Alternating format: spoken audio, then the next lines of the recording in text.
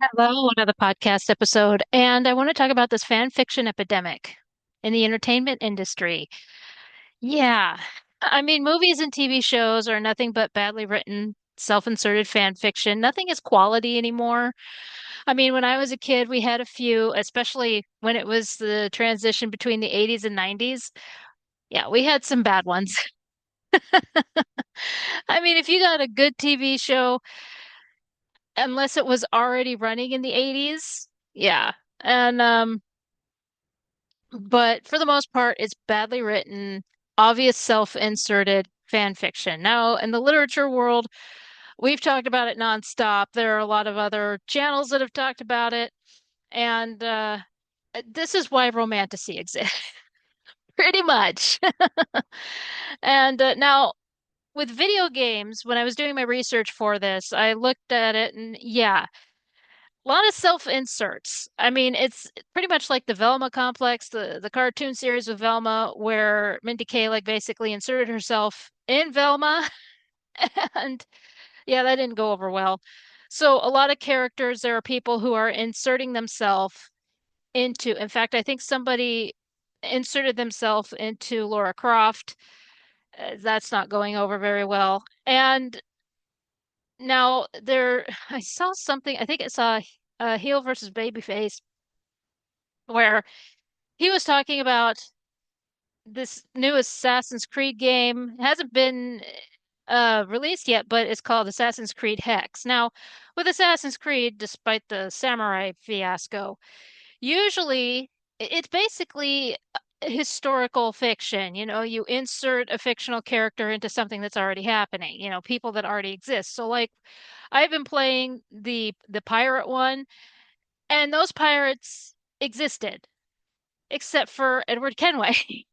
You know, but when he was explaining Assassin's Creed Hex, it's obvious fan fiction. Somebody wrote this thing because we know what happened at the Salem witch trials. We know that. But the story that he's given is just yeah. I I'm sure somebody's going to say, but Bunhead, you know that with Edward Kenway, it's yeah, I know, but go look up Hex. Okay. Yeah.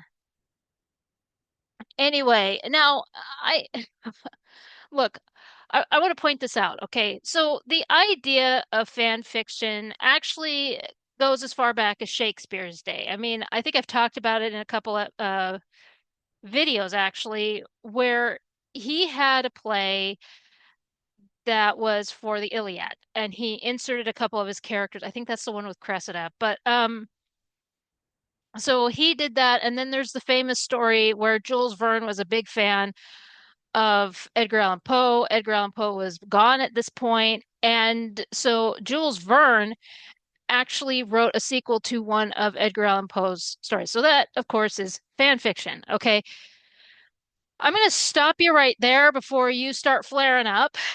Those of you that are fan fiction writers and readers, okay, here's the difference. Okay, first of all, if you're going to defend this whole thing, oh my gosh, but Shakespeare did it. Okay, if Shakespeare jumped off a bridge, would you do it? Can't believe I'm sounding like my grandma right now, but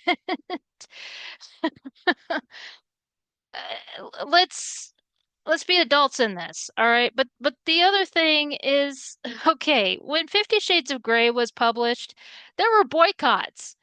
I remember this.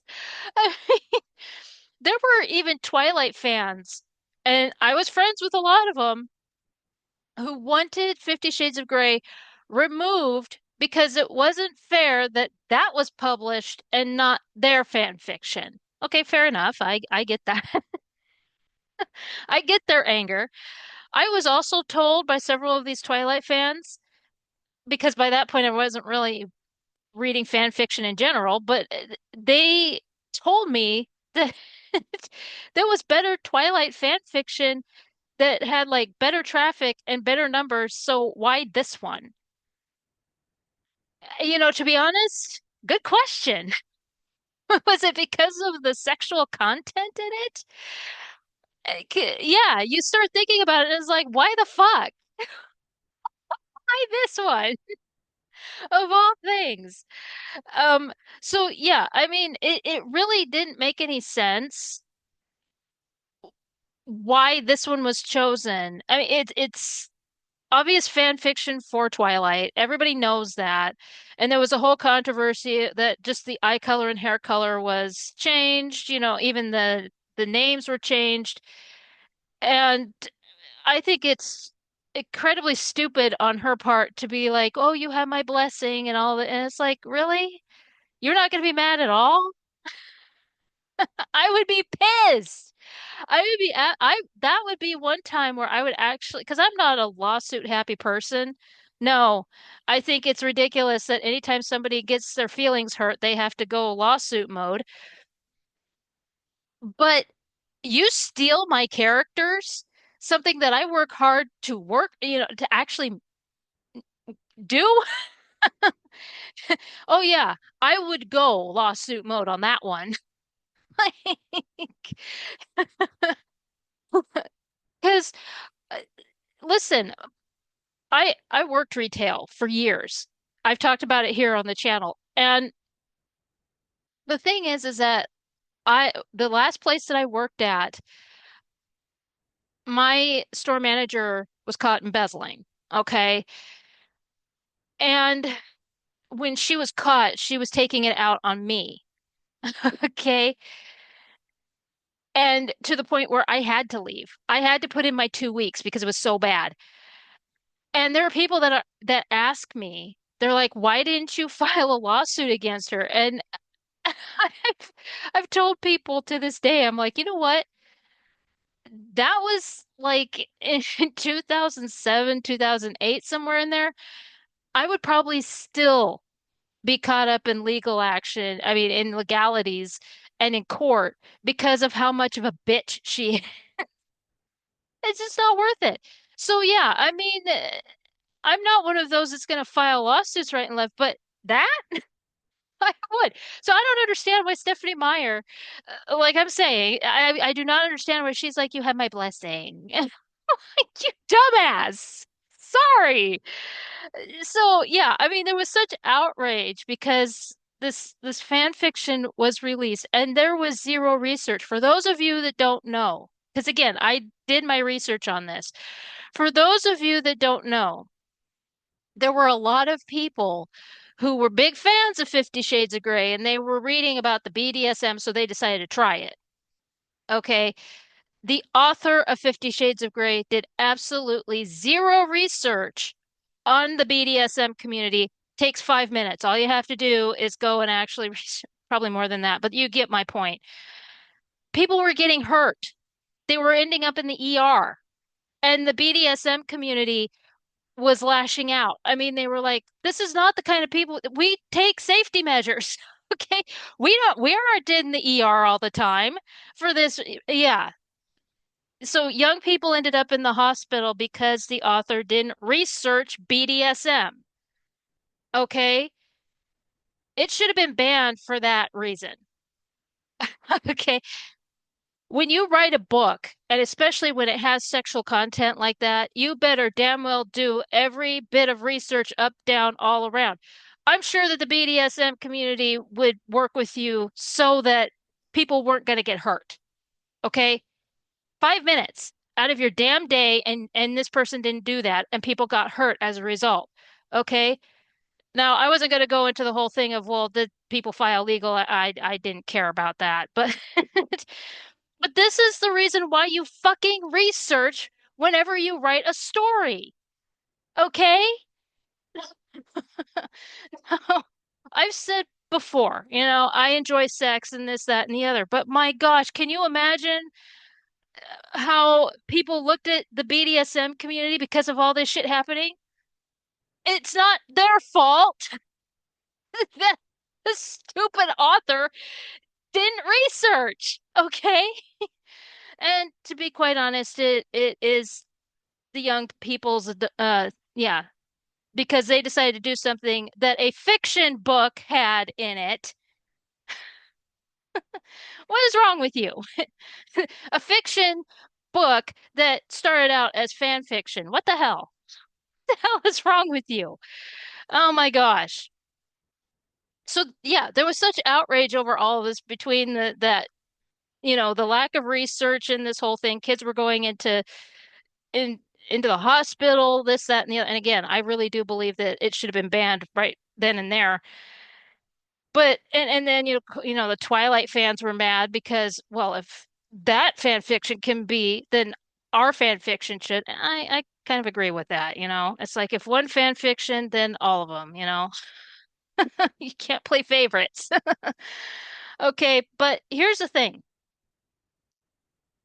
is that with that, now all of a sudden excuses are made up the ass to hijack and steal someone's work. They have magic words such as reimagining, reboot, modernize, retcon, retelling. And so often the defense is, why are you mad over fiction? A fictional character, fictional universe, fictional this. Fiction, yeah. Oh my gosh. And it's like I love the fact that these people will say that, but at the same time, they're defending that very thing. Yeah. I it, this is the thing is that Mozart and Cleopatra were real people. Anne Boleyn was a real person, and the things that they've done to these people. I'm sorry, but Mozart was not Japanese. Okay. Now I have to be honest. In the case of this reboot for Amadeus, I'm actually surprised that they haven't rebooted. I mean, Amadeus is a masterpiece. I absolutely love Amadeus. That was actually the first masterpiece film that I absolutely loved, and then Gladiator showed up.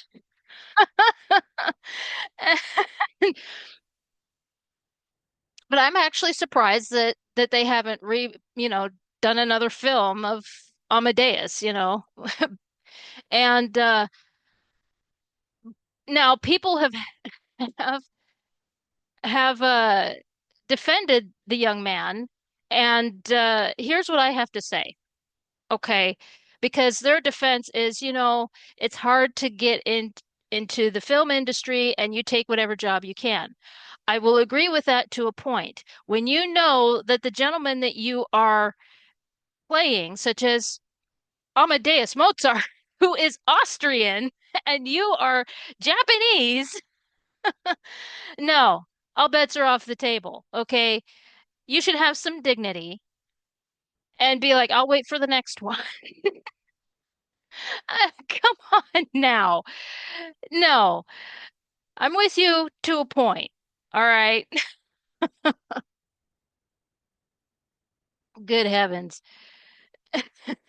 No. And the fact that they it's like we know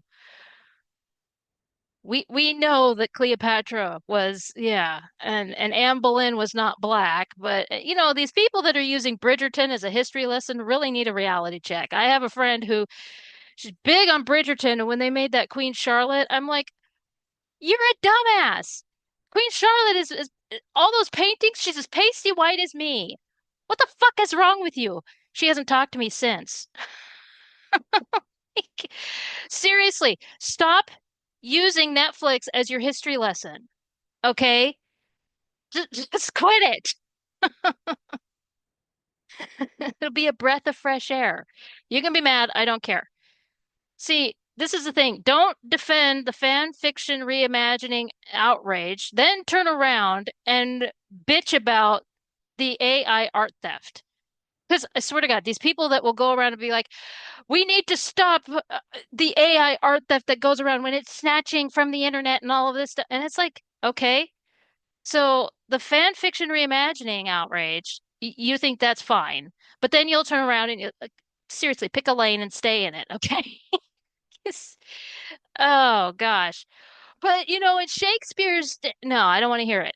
Okay, if Shakespeare jumped off a bridge, would you do the same thing? Shakespeare isn't real. Yeah, they say that Homer wasn't real either, but why would Aristotle write about him? My gosh. Is all the people that said they've been saying that Homer didn't exist as far back as the 1700s, right?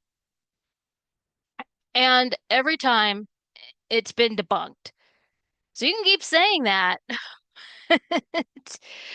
Oh gosh. Show me the proof. And the dumbest one was that he's not real because we don't know when he was born or died.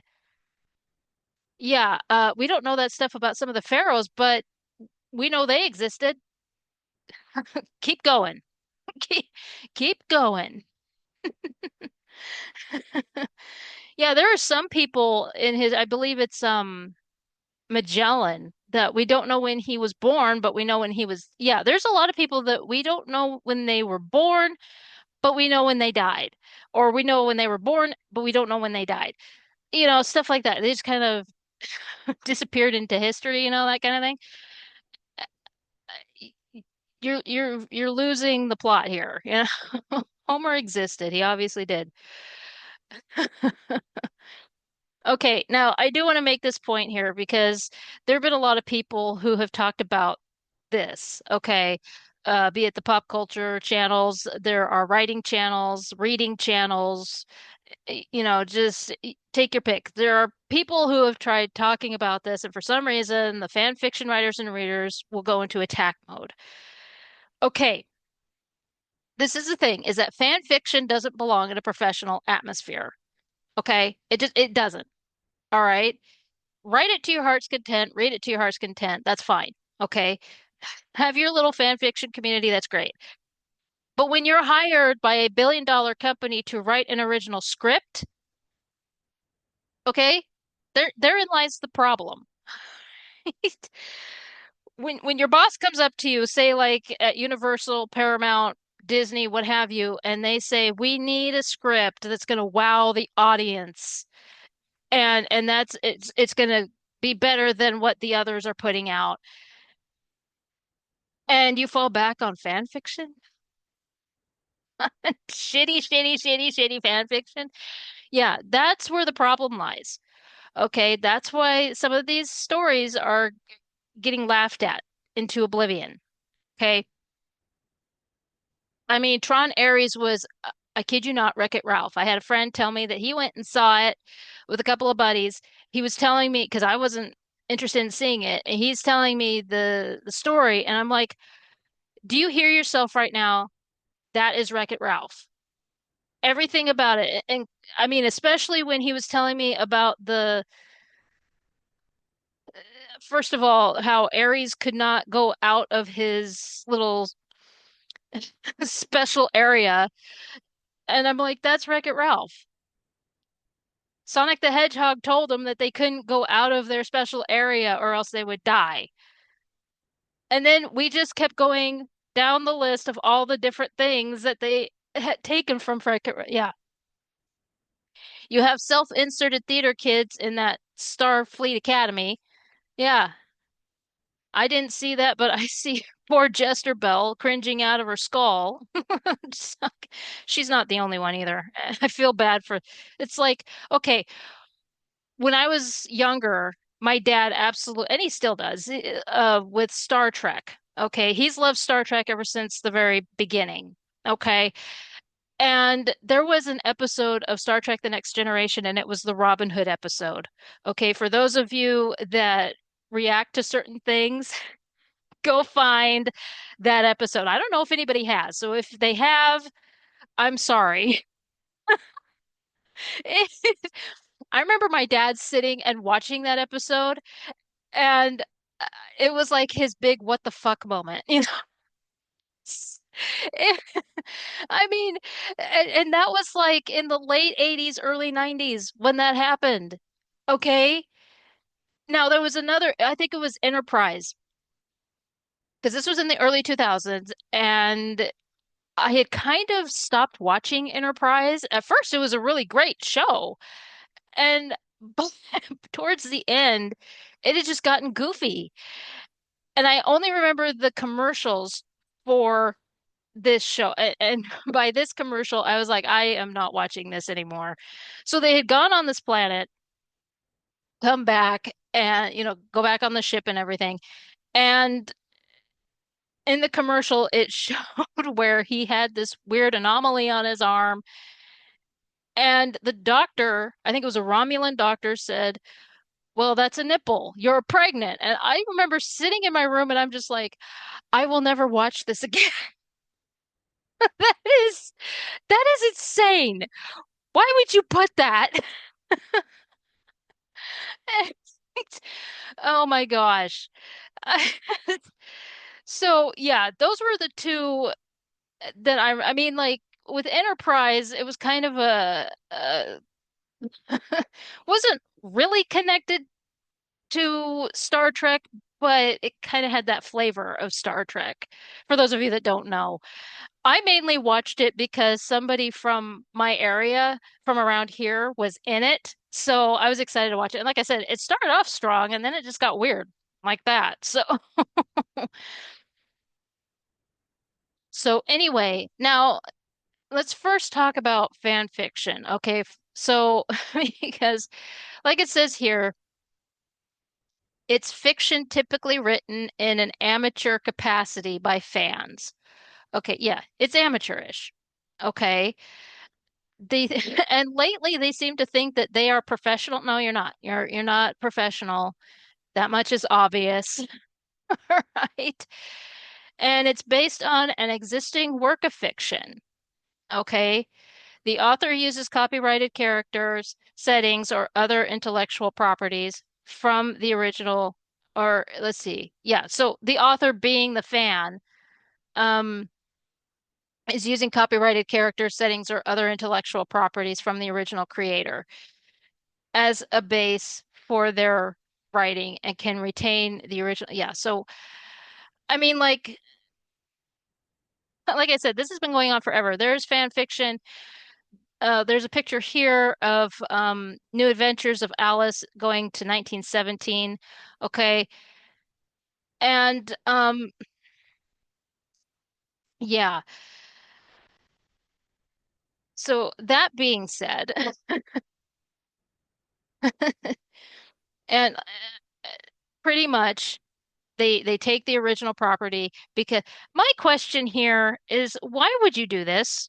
Okay, now again, I've written fan fiction. The videos are there of my cringy oh, the first fan fiction cringing out of my skin. And I got mad.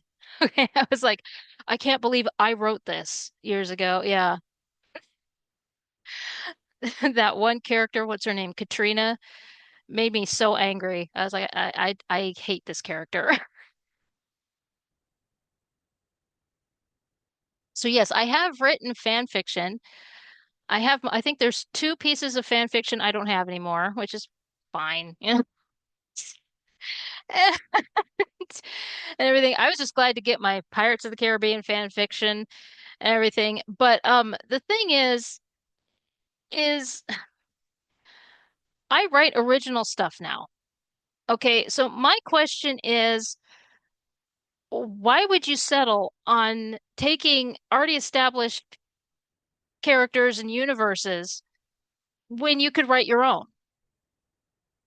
You know, the amount of time that you spend taking other people's work, why would you want to go down in history just like this John Ray, who is always going to be known as the one who wrote fan fiction for Alice in Wonderland? Okay? I don't know. I I thoroughly enjoy creating my own characters. I really do. One of the things that I do every once in a while is I will take pictures.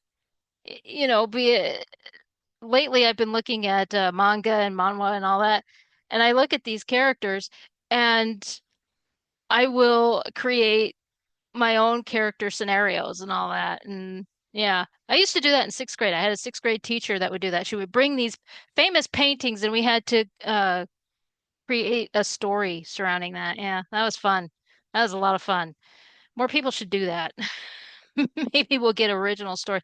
I hate that whole thing of, well, you know, nothing is original anymore. You should try harder. Interesting that you say that because people said that there weren't any original vampire stories, and then all of a sudden you're latched onto Twilight. Yeah, interesting. And then all of a sudden you're just so fixated on the idea that vampires have superhuman speed, which the only person that came up with that was Stephanie Meyer. It never existed before. Yeah, never did. Stephanie Meyer came up with that. Yeah, that's a Stephanie Meyerism. Okay. All right, so there's a couple of terms that I want to talk about, and the first two being canon and head canon. Okay. Oh my gosh, every time something is released, there are people who jump into, yeah, and they're like, this is canon, that's canon, well, I'm about to burst your bubble because it's obvious that these people don't know what they're talking about. Okay, they say that it's canon, but it's not.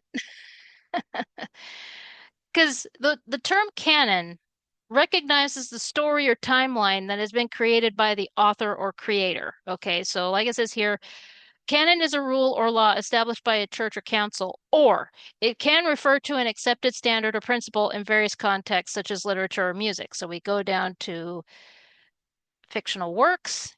In the context of fictional universes, canon describes the body of works that are officially recognized as part of the story created by the original author or developer or creator. Okay. Now, with the Star Wars expanded universe that Kathleen Kennedy tried to say doesn't exist, even though she was cherry picking from it every 5 seconds. Okay. So the Star Wars expanded universe, for those of you that don't know, okay, George Lucas at first was very upset with the author of Splinter in the Mind's Eye, but then he made it canon. He did. He made it canon. And he actually encouraged other people to write the stories. I mean, if you don't know, there's a Lando Calrissian series, these 3 books that popped up. There were more of these books that popped up, and George Lucas worked to make sure that the authors kept the timeline connected and ran smoothly. Okay, so this is canon. Okay, it full blown is canon because of the fact that the creator of Star Wars was making sure that it stayed in connection with itself, unlike the Legend of Zelda timeline.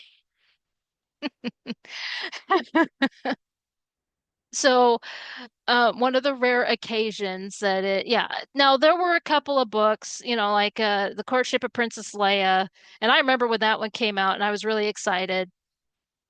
But that particular author had he's he's even said, well, that was a blemish on my part and all this. So he had some personal stuff going on in his life, and he said that unfortunately he let his private life leak into his writings. And so the thing is with that, if you've never read it before, basically the characters are there, but their personalities are not. And so, yeah, sad, absolute sad face. But he has apologized several times over for the fact that he didn't give the story that he should have, and I commend him for that. Yeah. And it's too bad that he had to deal with that when he was writing, and it's never something that you want when you're writing. But now not canon would be like all the writings that Lyman Frankbaum, who is the creator of Wizard of Oz, he died in 1919.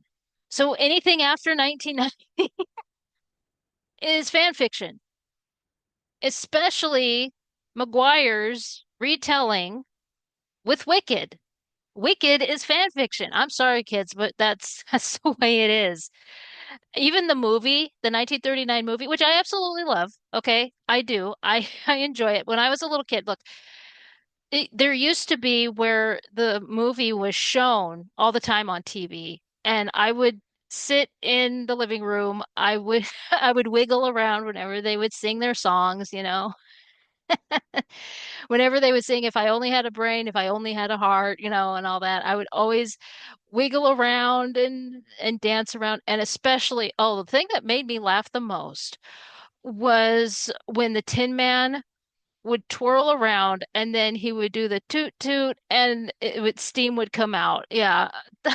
For some reason that would crack me up as a little kid. It's just simple things, it really is. But the thing is that there's a lot of stuff in that movie that is not true to uh Lyman Frank Baum's story. And part of that has to do with the fact that, of course, they were trying to sell Technicolor, a new process of Technicolor. Okay. I mean, it's it's very, very bright and very, very colorful. So there you go. And but yeah, don't come at me because I do love Wizard of Oz. Wicked, not so much. But the thing, I mean, I was reading up on this guy and sitting here, first of all, okay, so I can understand because I have had major bouts of writer's block and I have had major problems with trying to get into writing something and so I understand. It said here that he began contemplating the nature of evil while living in London in the early 1990s. He noticed that while the problem of evil had been explored from various different perspectives, those perspectives were seldom synthesized together. He wondered whether calling a person evil might be enough to cause a self-fulfilling prophecy. See, like when I was reading it, I was getting uncomfortable. And it says here, you scroll down and it says, up to that point, strictly a children's author, Maguire had difficulty finding an effective way to write about evil, since in his mind there were no truly evil characters in children's literature. And so I wrote a list. It's no evil characters in children's literature. Bambi was the one that scared me the most. Now, when I was a little kid, Bambi was actually re-released to theaters, and the hunter, just the instrumental sound of the hunter scared me.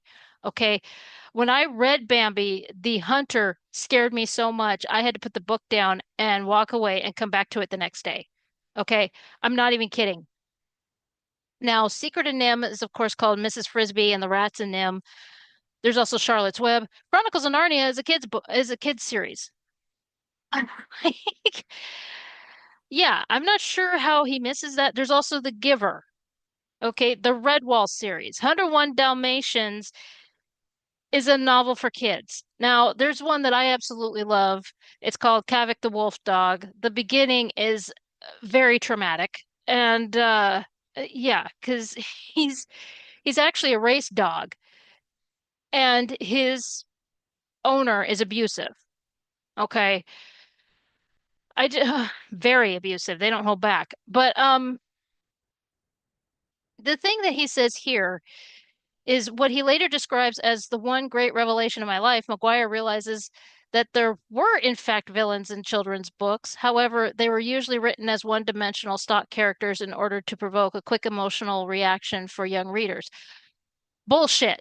This is an excuse to hijack Lyman Frank Baum's characters for a air quote reimagining. Okay, I'm so over it. And again, you can be mad at me. You theater kids can defend him to high heaven. Oh, you're just jealous. No, I'm not. I don't steal characters. Okay. That's just the bottom line right there. Okay. This is disturbing, honestly. I mean, like I said, it's one thing because I have had trouble with creating and all of that, and I get that. But when you actually read the things that he's saying here, it's like, dude, you need help. Okay. Good heavens. And for you to actually sit there and say, well, they're usually written as one-dimensional stock characters. Okay, you're on crack. All right. Because like the ones that I mentioned, Bambi, Frisbee and the Rats and Nim, Charlotte's Web, Narnia, and there are so many others that are children's books. Where did you look, you dumbass? Sorry, I don't believe you. This was just an excuse so that you could hijack. Okay? You're too damn lazy to write your own characters. So you went this way. You were having a brain fart, and so you went, "Oh, you know what? I like Wizard of Oz, so I'm going to do this." Yeah. And I'm sorry, but it's fan fiction and it's not canon because unless you had a seance with Lyman Frankbaum and he gave his blessing, like somebody else we talked about, it is. It's just, it's not canon. Okay? It's not. Really is not. All right. Before the, and then I'll move on to something else. But before the second movie for Wicked came out, there was somebody, I saw her in so many different social medias. It was like I'd be on Twitter and then I would be on Instagram and even on YouTube I saw her. And she was actually dictating what was canon and what wasn't in the Wizard of Oz franchise. And I'm like, what the fuck, lady? I mean, again, did you talk to Lyman Frank? But did you have a seance and talk to him about, because I'm telling you right now, as it says in the canon definition, canon describes the body of works that were officially recognized as part of the story created by the original author. Lyman Frankbaum created Oz. Okay? Shit. Bang the gavel, close the book. We're done on that. Okay, so what about with the Disney Corporation? Okay, because when Bob Iger came in, there were a lot of things having to do with the fairy tales. Why? That's my first question. How come? Because, you do understand simple Walt Disney simply put the story on the silver screen. He didn't write those. Okay? It's it's funny to me how many Disney adults actually believe that Walt Disney wrote those stories. No, he didn't write Sleeping Beauty. Okay? He didn't write Snow White. He didn't write any of the, no. Now I did those videos talking about the uh fairy tale collectors and kind of the history behind the collectors and all that and how Cinderella goes as far back as ancient times. Herodotus even wrote about one of the versions. I It blows my mind. Okay, well here's the thing, okay, about Disney and these fairy tales. All right, so there was a TV series called Once Upon a Time. I had to look. I thought it was in the early 2000s. It was actually in like 2010, 2011, somewhere in there.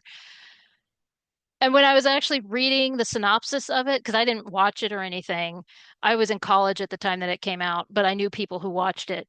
This is a ripoff of the 10th Kingdom.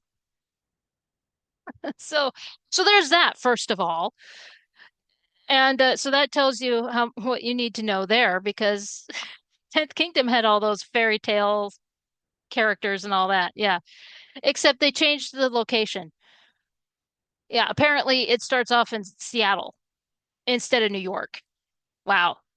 Okay, yeah, you're but it is. It's a complete ripoff of the 10th Kingdom. I'm reading it and I'm just like, oh my gosh, you got to be shitting me on this. Okay, so and again, like I said, those fairy tale characters weren't written and created by Disney. Even like Peter Pan. Okay, J.M. Barrie wrote that. But what do you expect from Iger? I can't with this. Okay. Knowing Iger, he was like, well, because we did a couple movies with it. Dumbass. Okay, Lewis Carroll was the one who wrote Alice in Wonderland. There are other countries who have made movies and cartoons that are Alice in Wonderland. But okay, one day your brain will turn on. All right. Oh my gosh. So let's look at some of these characters. All right. So Cinderella. So the Cinderella fan fiction. A lot of people are calling. I didn't know who Lady Tremaine was. They kept using that name, and I'm like, who the fuck is Lady Tremaine?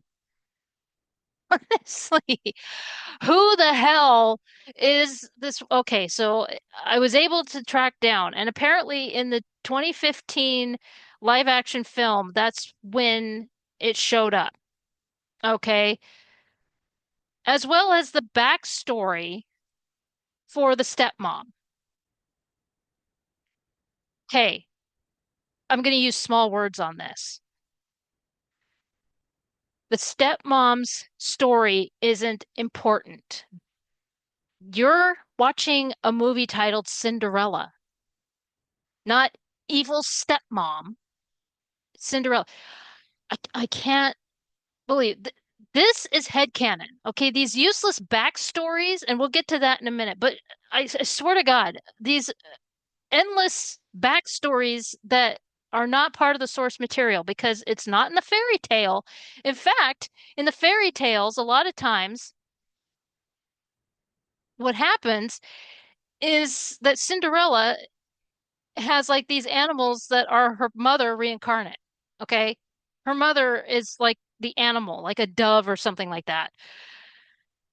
I, but yeah, we really need to.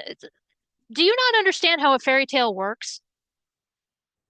Are you really that brain dead and stupid that you don't know how a fairy tale works? The gloves are off at this point because in fairy tales you have evil family members. Who fucking cares why? Like this is beyond ridiculous, okay? There are times where you don't need these characters to have names because they are not significant to anything. Okay? She's just evil. Okay? She's a big meanie head. Nobody cares. Why are you so fixated on naming every single damn character? Why are you so fixated on changing every character so that they aren't mean anymore? This is ridiculous. This is absolutely incredibly stupid.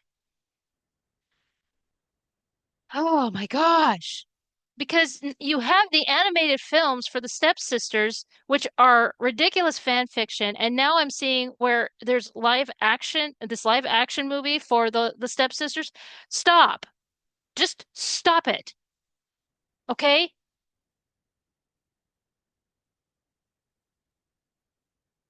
Because if you're constantly going this route, you don't know how a fairy tale works. Your brain has melted. You don't know how it works. My gosh.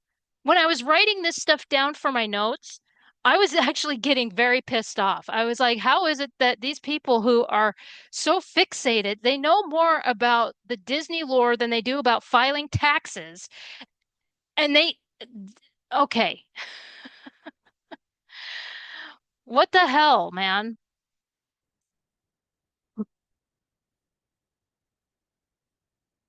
Oh, gosh. All right. So then you look at The Little Mermaid. Okay, so all the Little Mermaid films and the TV series are not canon because Hans Christian Andersen wrote one story. Okay, that's it. He wrote one story, and he wrote what the mermaid looked like. Damn it. I went there, and I will continue to go there. All these people that, yeah, yeah, he sure did. So, yeah, all else is fan fiction and definitely not canon. Okay. Now, the TV series, I've said before, I saw the movie and I became absolutely obsessed with mermaids and everything. And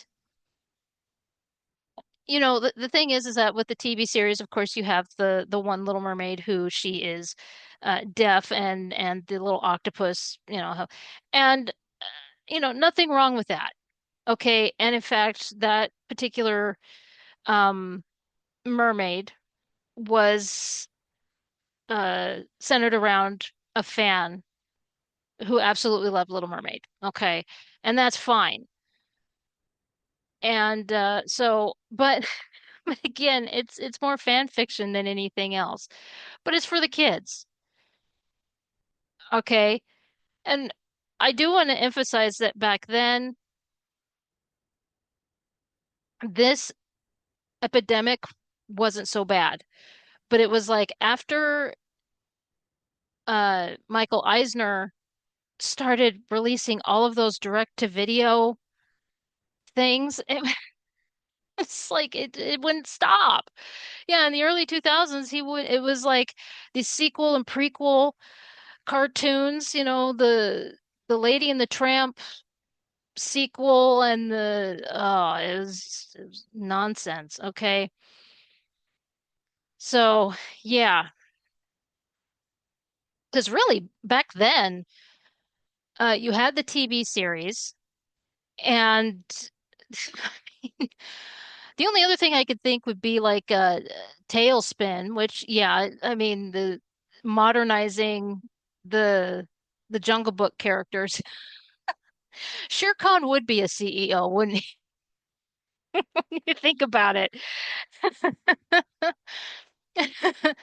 When you look at those, and King Louis would be, and you know, you look at the Tailspin, and actually they were smart with what they did with those characters. And then with the inserts that they put in, they had like Wildcat, Cloud Kicker, I'm sorry, and then Baloo's uh boss, Becky, and her little daughter Molly. But you had like Shere Khan being like this Mafia Don type. Yeah, he would be like that. He's Mafia Don CEO. And then you had Chip and Dale. When you look at Chip and Dale, how they were throughout the cartoons and everything, and then how they uh were in Chip and Dale Rescue Rangers, there wasn't really much of a change. All they did was fight crime after and had all those friends. I don't even remember that pilot where they met the friends, but so and with DuckTales, I mean, really, what happened was that Scrooge just took care of the kids, Huey, Dewey, and Louie, and so and Donald showed up every once in a while, and then you get people like Magica De Spell. I can't tell you how many people seem to think that Magica De Spell started with that show. No, she actually appeared um in comic books in the 60s. So and then she appeared in that cartoon series. So anyway, kind of went off track a little bit. So then there's the show Descendants. Okay. I knew about the show Descendants. I'm going to tell you right now, I know more wine moms that have latched onto this show than actual kids. Now, I have all respect for Kenny Ortega, who is behind this show, but this is just, yeah, he's the director, but this is just embarrassing. Okay, now it says that it's an American musical fantasy directed and choreographed by Kenny Ortega, and it follows the teenage children of the bad guys. So again, this is just it's embarrassing fan fiction. The fact that adults came up with this I I cringed. Okay. It's like the people that I knew that would watch this, I figured they watched it with their kids.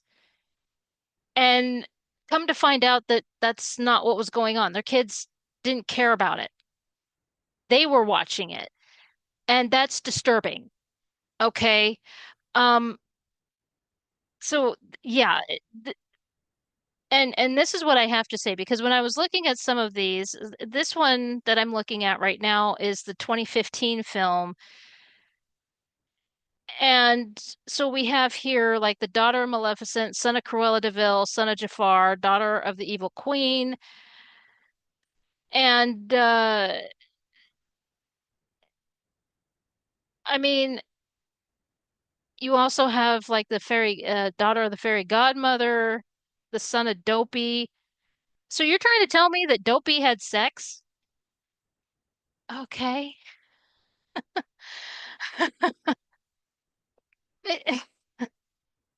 This is okay. So here's a big problem here because again, Walt Disney did not write these. There are a few, such as with Lady and the Tramp, that is based off of something that actually happened in his life. Okay. He had gifted a dog to his wife. And so, yeah, and he decided to make a movie out of it. A cute little charming movie. Here's the thing. For some reason, it is lost on everybody that Cruella de Vil, 101 Dalmatians, is an actual novel written by Dodie Smith. In fact, there's two. She did write a sequel, okay? It's called The Twilight Barking. So Cruella de Vil never had kids, and this shows, once again, a lack of research as well as very cringy, shitty fan fiction. It again, it takes 5 minutes to just sit down and do your research, okay? Especially for something like this. I'm not sure, again, why these Disney adults seem to think that Walt Disney just pulled these characters out of his butt, because that's not what happened, okay? The fact that you know the story now, that he was inspired by the silent film Snow White and the Seven Dwarfs, now everybody cannot stop talking about that, okay? I'm not even joking. They have, they just plague social media with that. Since you know these stories about how he's inspired by something, or you know the story about how this that that personal thing that happened in his life inspired Lady and the Tramp, why the hell are you are you doing this? Oh my gosh. So yeah, Cruella de Vil in 101 Dalmatians, there is a backstory for Cruella de Vil. Okay, I'm not even kidding. I read both books. Okay, because I was going through a phase of whatever movie, the book that inspired whatever Disney movie, I was reading it. Okay, and so I read 101 Dalmatians, both books, and read the backstory for Cruella de Vil. And she had a husband, yes, but they didn't have kids. Okay, they were too busy hunting down puppies. Okay, shit. So I did do research, unlike some people, and looked at Maleficent. So let's talk about Maleficent, the live action with Angelina Jolie. Now, before these movies came out, you know, people were talking about the fairy mythos, and it was discussed everywhere. It was, anytime that particular scene where Maleficent in the animated film, she was going to curse Aurora, people would talk on MySpace. And then, of course, when Twitter came up and Facebook came up, people were talking about good fairy versus evil fairy. They would talk about the fairy court. I mean, they were talking about the actual mythology. Okay. And we discussed it for hours.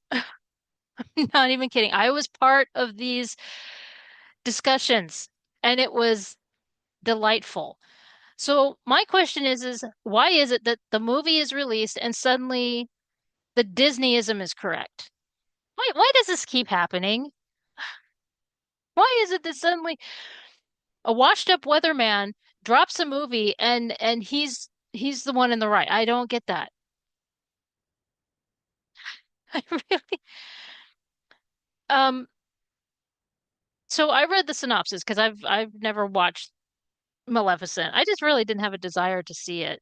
And so I watch it. I mean, I read the synopsis, I'm sorry. So I read the synopsis, and first of all, especially after doing that, video on vampires. I'm reading this and I'm like, wait a minute. Given the time period that this was, King Stefan would have been scared to death of Maleficent and would not have had a romance with her. This is stupid. Okay, so there's that I had a problem with. And I'm sure people are going to be like, you're reading too much into this. Don't even start with me because there are things that a lot of fan bases read far too much into and will die on that hill. Okay. So I just really do not want to hear it right now. All right. So just shut your trap. Now, the second thing is I was, why did they change the name of her Raven? So the name of her Raven was always Diablo. Always. It has always been Diablo. When the Disney stores were still open, anything that had her Raven on it was always Diablo. Now all of a sudden, Bob Iger, thinking he's hot shit and a half, has decided to change the name to whatever the hell it was. I don't care. It will always be Diablo to me. But apparently he decided to make this Raven a shapeshifter where it was a human and then changed it to a raven of yeah, and it will always be a raven. You want to know where that came from? Magica Dispel. I was reading that and I was like, you got to be fucking kidding me. This is one more thing that was such lazy writing he took from something else that already exists. Okay, so in the original DuckTales, Magica Dispel has this raven. It's Poe, which is of course from Edgar Allan Poe. Okay, and Poe is actually her brother. Okay, and there was an episode that explained everything where he was changed into a raven. And of course, that's the reason why Magica Dispel is constantly trying to get Scrooge's number one dime. So this is not original. And you might say, well, that's stretching. That's good. No, it isn't. Because again, I said at the beginning that Tron Ares was Wreck-It Ralph.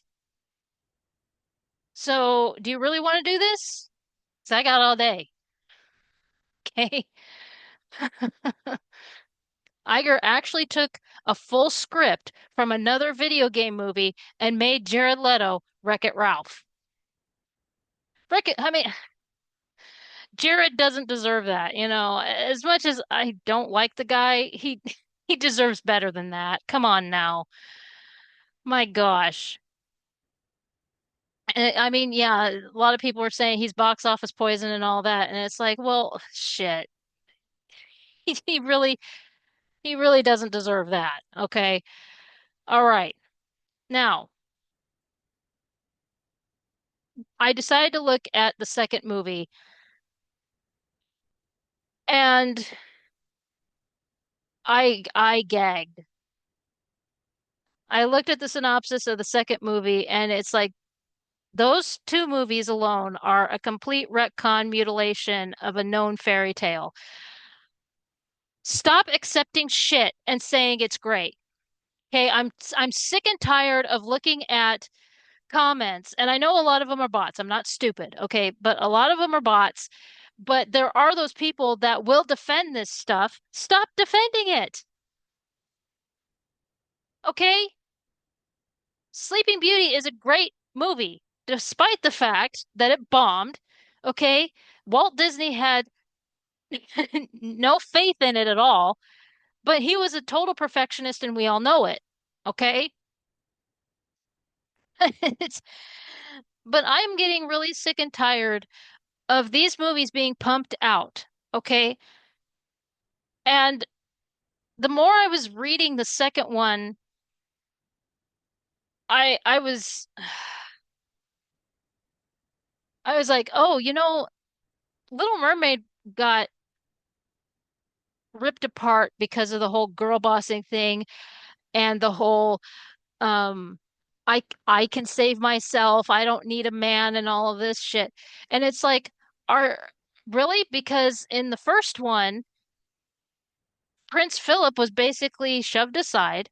And then in this one, you have the queen who hates, she just wants to be queen. So she's pulling an Anne Boleyn complex. And basically Aurora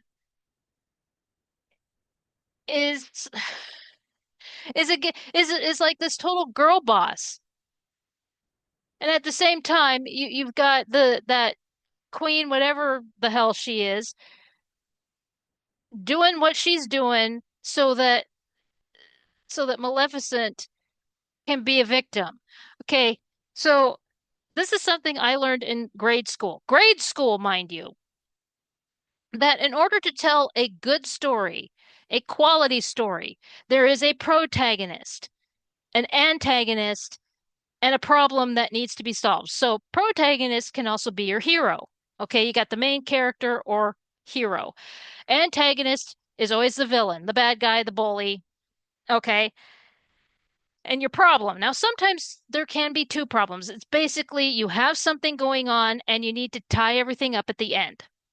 Okay, that is how you tell a quality story.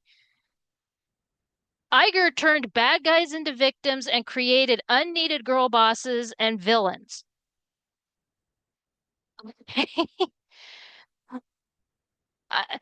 Seriously, we already had this story. We had Sleeping Beauty, and then all of a sudden he's turning around and he's turning things gay and he's turning things into the victim and he's turning girl bosses where they don't belong. And it's like, you know what?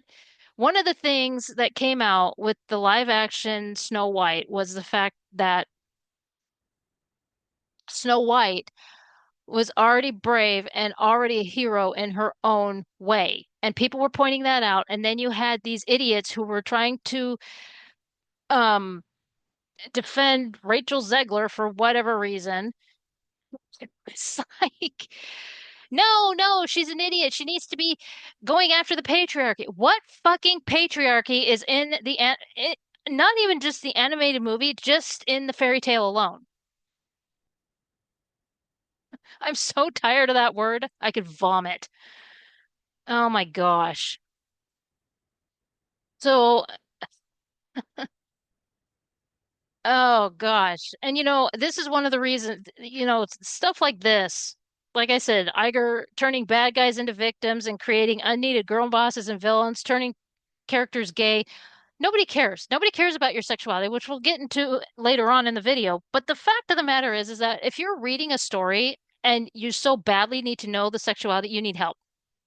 Okay? That's not needed. That's not part of the story. It never was part of the story. But suddenly, in like the last 5, 10 years, that had to be part of the story. Why? If I'm reading a story about King Arthur and all of a sudden, unless it's a Monty Python sketch, it's not important. Okay? If Lancelot is slaying a dragon and all of a sudden he stops and he says, I'm sorry, I didn't mean to slay you because of your queerness, that makes no sense. Good God. Okay. So, headcanon, for those of you that don't know, because I didn't know what the fuck it was. At the end of the day, headcanon is just useless fan theories that don't exist in the source material. It's made up backstories and romances. Basically, the reason Raylos exist. Boba Fett and Han Solo's backstory is complete fan fiction. It's honestly, you know, like it says here, unlike canon, which is official storyline for or character traits established by the creators, headcanon is unofficial and may contradict the original material. Okay? It's absolutely ridiculous. I mean, examples of headcanon. A fan might believe that a character has a hidden talent or backstory that is not mentioned in the original work. Some fans create romantic relationships between characters that are not depicted in the source material, such as imagining a love story between two characters who are just friends in the canon. Yeah, and it gets really annoying, I just because then it gets to the point where they are so angry that nobody will accept it, just like what the Raylos did. Their brain melts and they have decided that that is what is actually going on in the story. That's why the Raylos were so aggressive. That's why some other fan bases are so incredibly aggressive because they don't know what reality is anymore. Get some help, okay? Now, the 2018 film Cruella is total headcanon, okay? Allow me to explain. The author Dodie Smith wrote Cruella's backstory in the 1950s. Whoever that movie is about, it's not Cruella, okay? Bob Iger did not. I don't know a time when Bob Iger actually followed source material. Now, tweaks here and there are fine. Okay, I've talked about that before. Little things here and there are absolutely fine. But because I mean, let's be honest here. Like with Little Mermaid, okay, they needed to change that ending for the sake of the children. Okay, otherwise you were going to do the same thing that the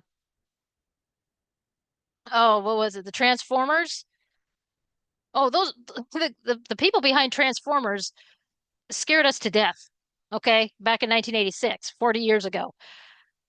And I'm sure that Disney was like, "Well, I don't think we should do that." Okay. Let's do a happy ending. Okay? Let's do that. We've had some dark times in this movie. Let's end it with a good thing, okay? And so that's what they did. Little tweaks here and there are fine. All right. Wait until people find out about Hunchback of Notre Dame.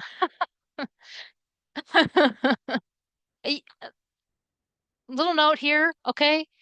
Um, Quasimodo is not the nice guy that is shown in that movie. No. Yeah. There's a lot of things that they changed for that movie, and a lot. Oh, a lot. If you look at the silent film actually stayed with the original novel. And when you see Lon Chaney as Quasimodo spitting on people and throwing rocks at people, yeah, that's the actual character. And but so again, the 2018 film Cruella is a total headcanon. I mean, Iger never followed the source material on anything. I don't think he ever did.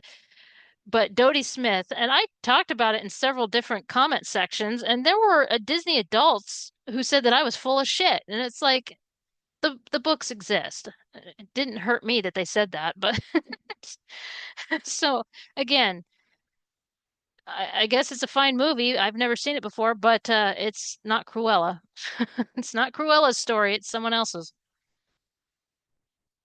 Now, the next thing that I want to talk about is retcon, which is short for retroactive continuity. Okay. And basically, it's when facts or events in a story are altered or adjusted for whatever reason. Okay. Sir Arthur Conan Doyle famously did this when he killed off Sherlock Holmes. Okay.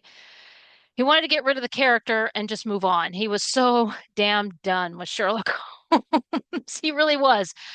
He hated the character. He wanted to move on. He wanted the character to just go away. And but unfortunately, the that particular fandom actually thought that Sherlock Holmes was a real person. And so when they read that he died, they were they wore their mourning clothes. I'm not kidding. The Victorians actually wore their mourning attire. Now you can sit here and make fun of them. Oh my gosh, the Victorians are so stupid. And it's like, no, I'm reading updates on certain fan bases that are bullying creators to do what they want because again, they are not in reality. So don't even start with that. Okay. So anyway, Conan Doyle had to revive the character to save his job. Um, George Lucas constantly altered Star Wars. We all know that. And Kathleen Kennedy just retconned everything. That's what her legacy is. The Legend of Zelda timeline, it felt like, well, it feels like every time they release a game, it's altered again. It's kind of the joke. Now, in comic books, if a character dies, a lot of times retcon is used to revive them and satisfy the fans, sometimes using an alternate universe. I mean, there's a lot of different retcons in like the DC and Marvel universe, and sometimes in anime, if there is a particular um, story that has run for years, going as far back as the 40s, sometimes there are a lot of retcons here and there, and so not uncommon. Okay, no, not at all. Um, but the thing is that with retcon, is that you also have things like reimagining or retelling of a story that exists, such as the excuse being, I'm improving on this outdated thing. Well, here's a thought. You could just write your own story, you know, your own universe and characters, all original. You would be known for your own thing. I don't understand how that's lost on people, but apparently it is. Now, oftentimes, these reimaginings include self-inserts with a desperate attempt to seem like a badass, at times ripping off from the story they are hijacking. I mean, now I have a list here uh of classic book retellings, and one in particular is a retelling of 1001 Nights, the one with Scheherazade, the Arabian Nights and all that. And this this review caught my eye and I wanted to read it. And so this person goes on to say, retellings should light my imagination on fire. They should take the original story, add a twist to it, make it so that we don't feel like we're reading the same old, same old. The only twist, the only imaginative retelling of this book is the addition of a fucking love triangle and the rewriting of the should have been mysterious, brilliant Scheherazade into an astoundingly stupid chick. So a self-insert. Yeah, that's exactly what happened. Just like I said, a desperate attempt to seem like a badass.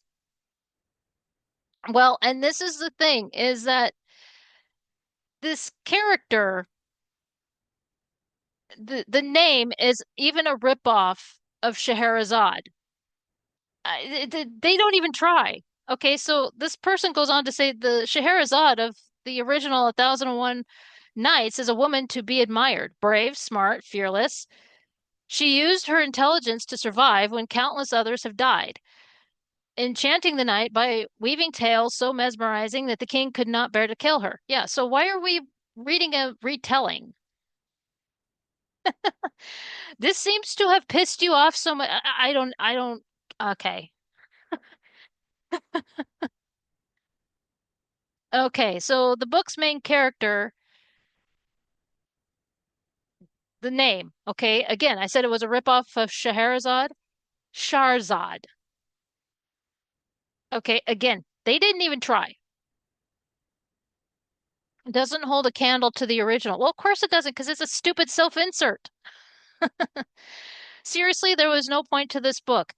Thank you for saying that, because that's how I feel about a lot of these retellings, especially in the last 5, 10 years, is it's a bunch of self-insert wine moms or self-insert feminists who they want to sound like such a badass or try to be better than what the original was, such as she was talking about Scheherazade and how she's brilliant and smart and fearless.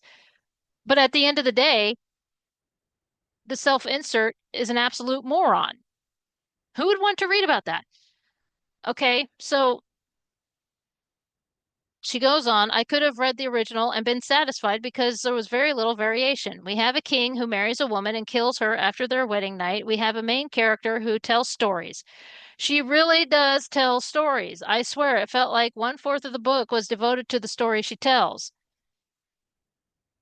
Okay, so, um, but Scheherazade told several stories.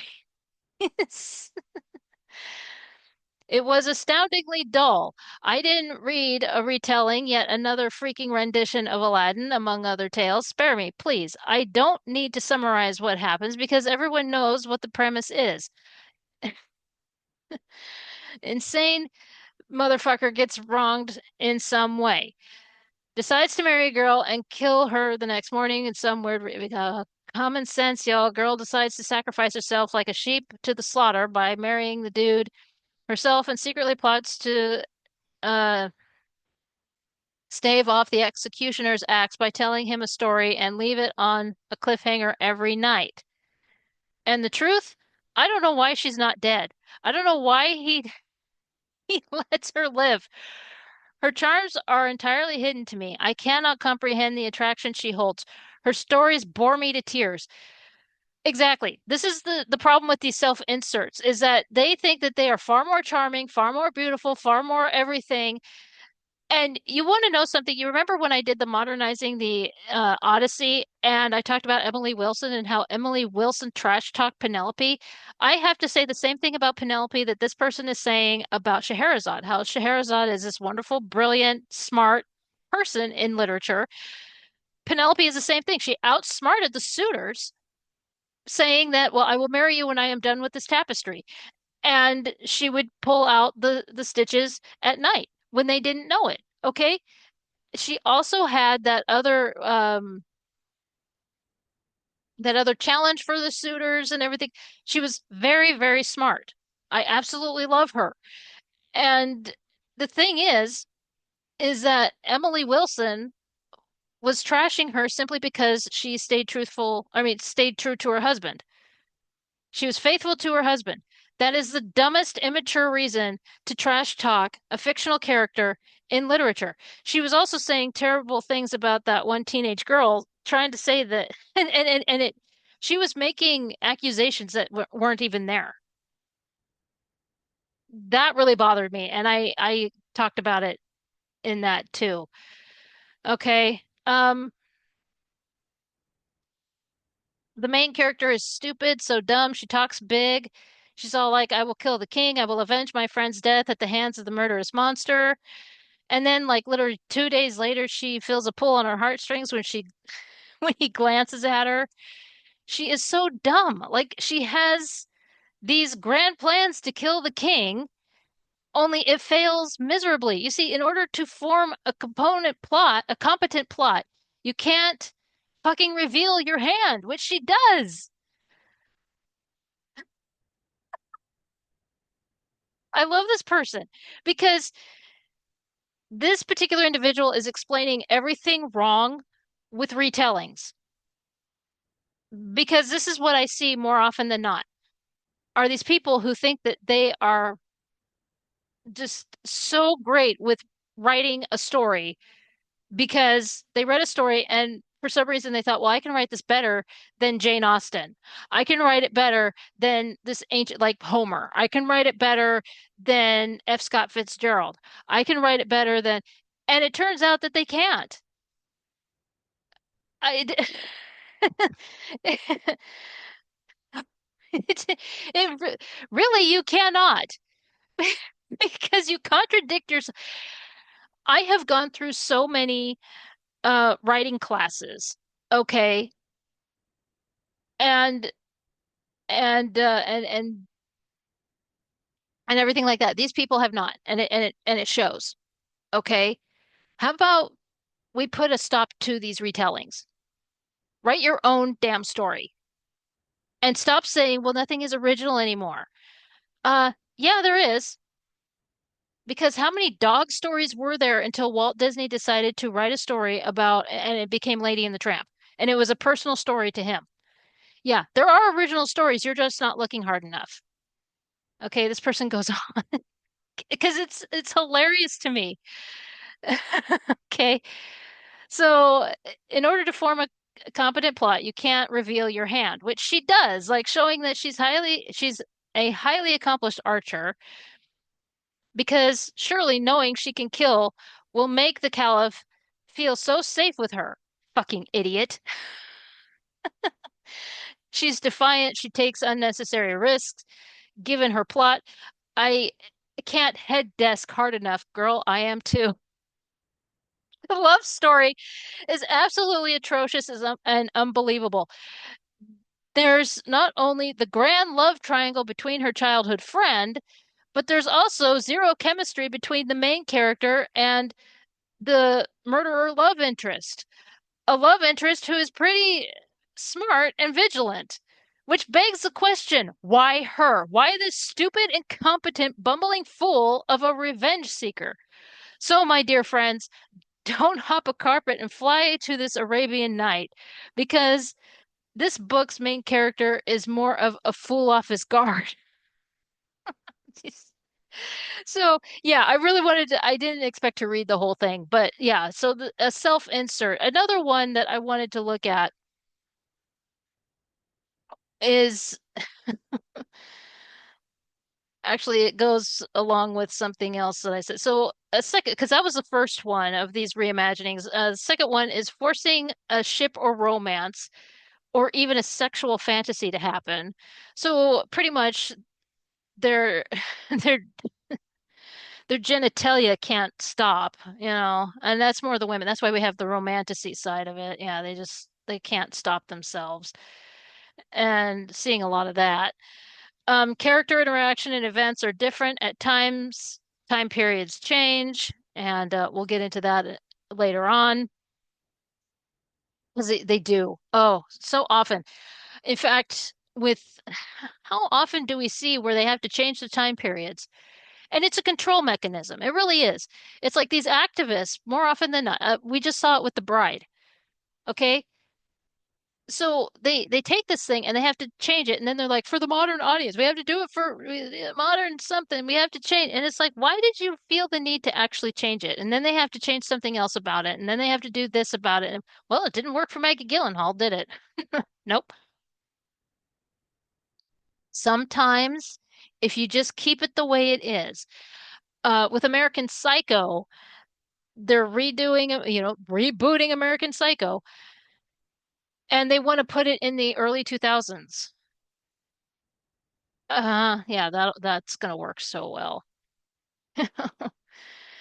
Shows me they don't know anything about the satire in it. Okay.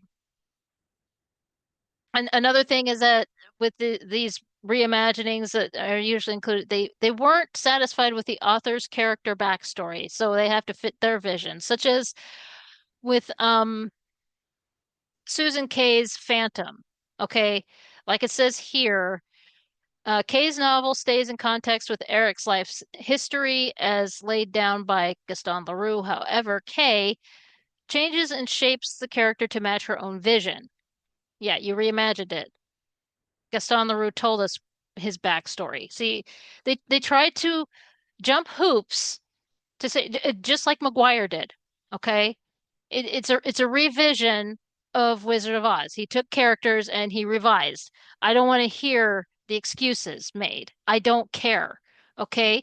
You could have made your own characters, your own evil twist on something, but you blew it.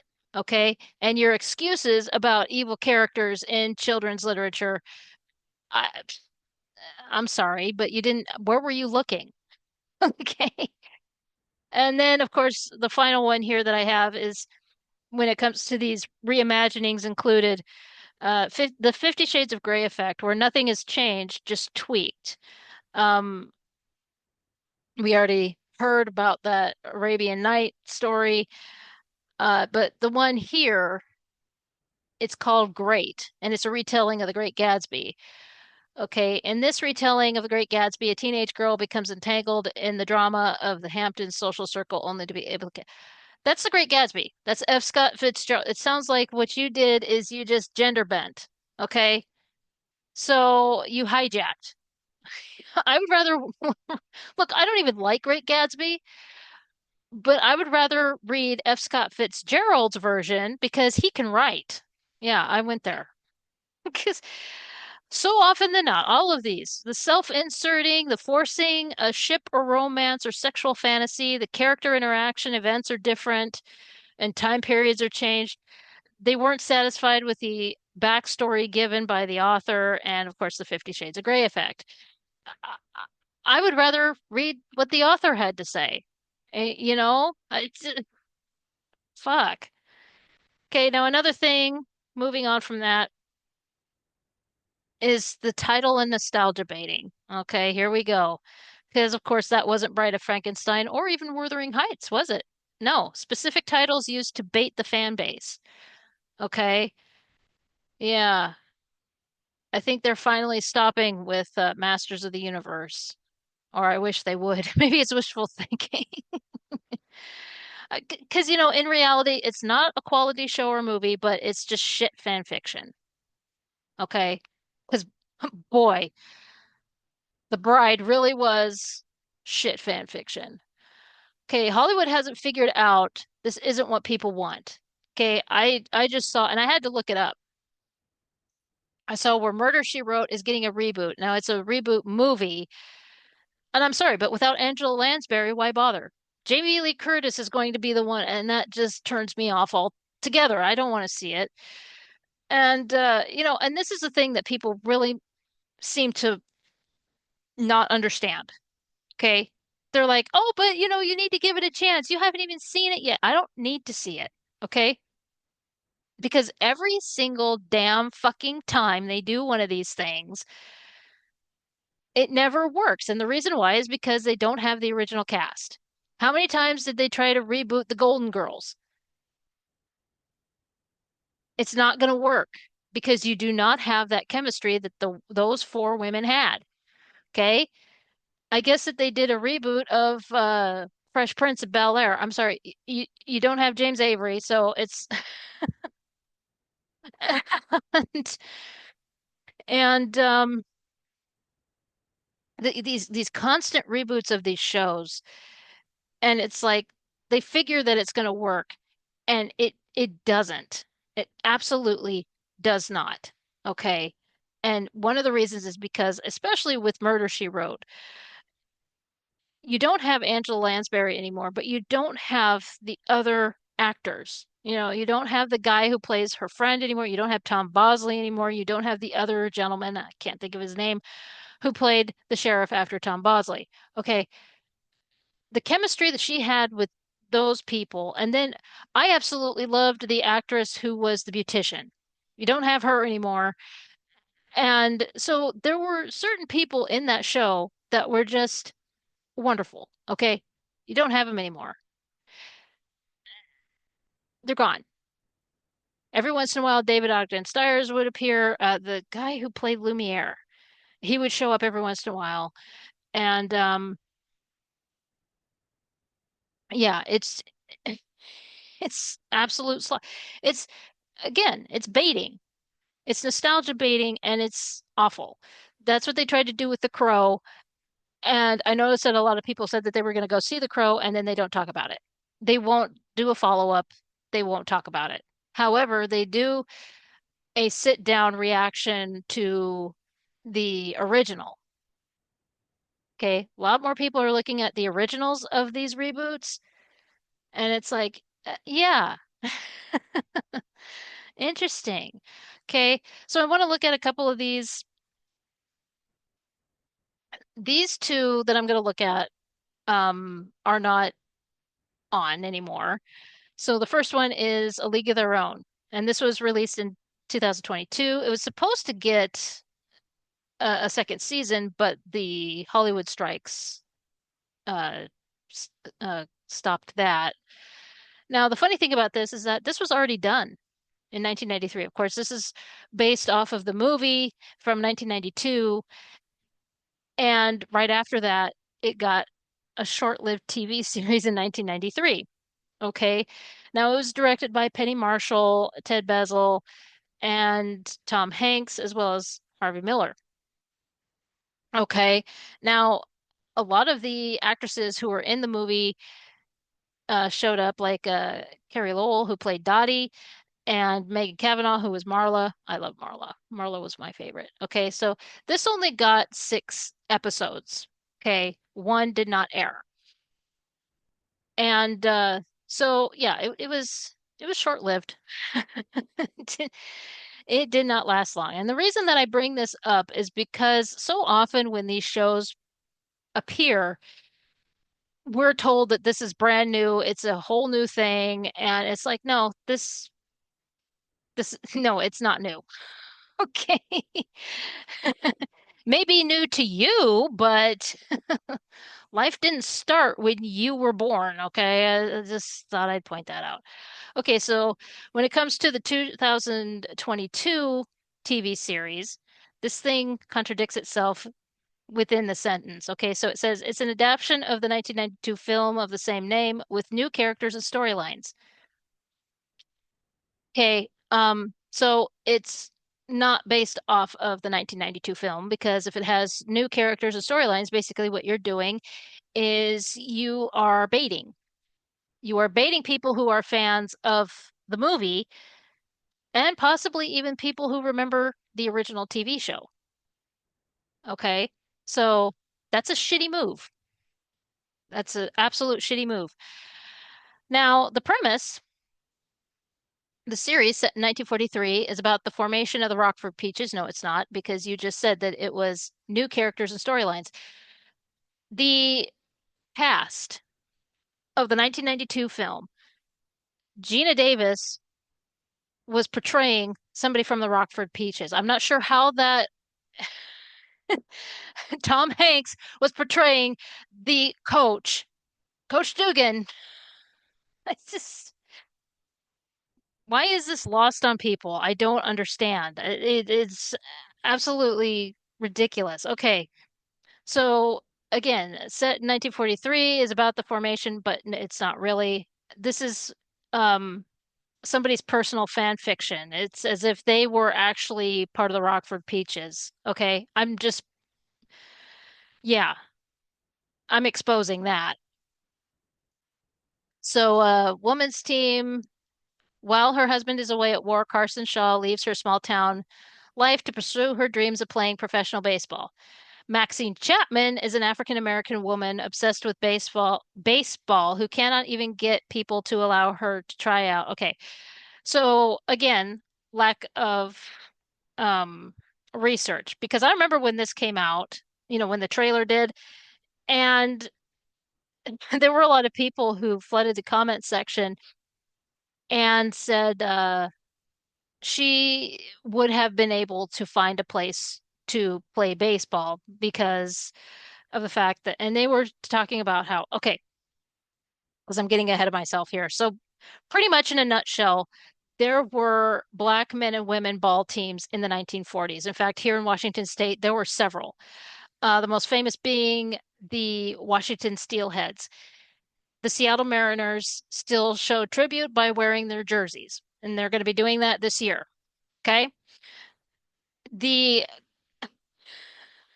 the idea that this character, this Maxine Chapman, this African American woman, could not play baseball is shit.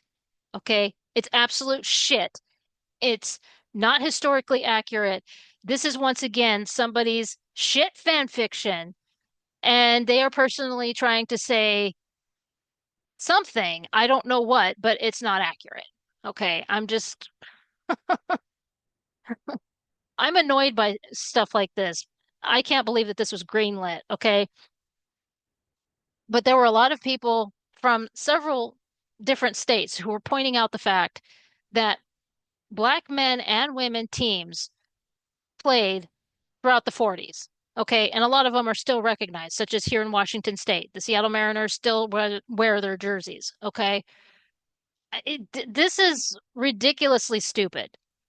Okay, absolutely ridiculously stupid, considering what A League of Their Own showed in that movie. This goes against what that movie showed. And that's disgusting.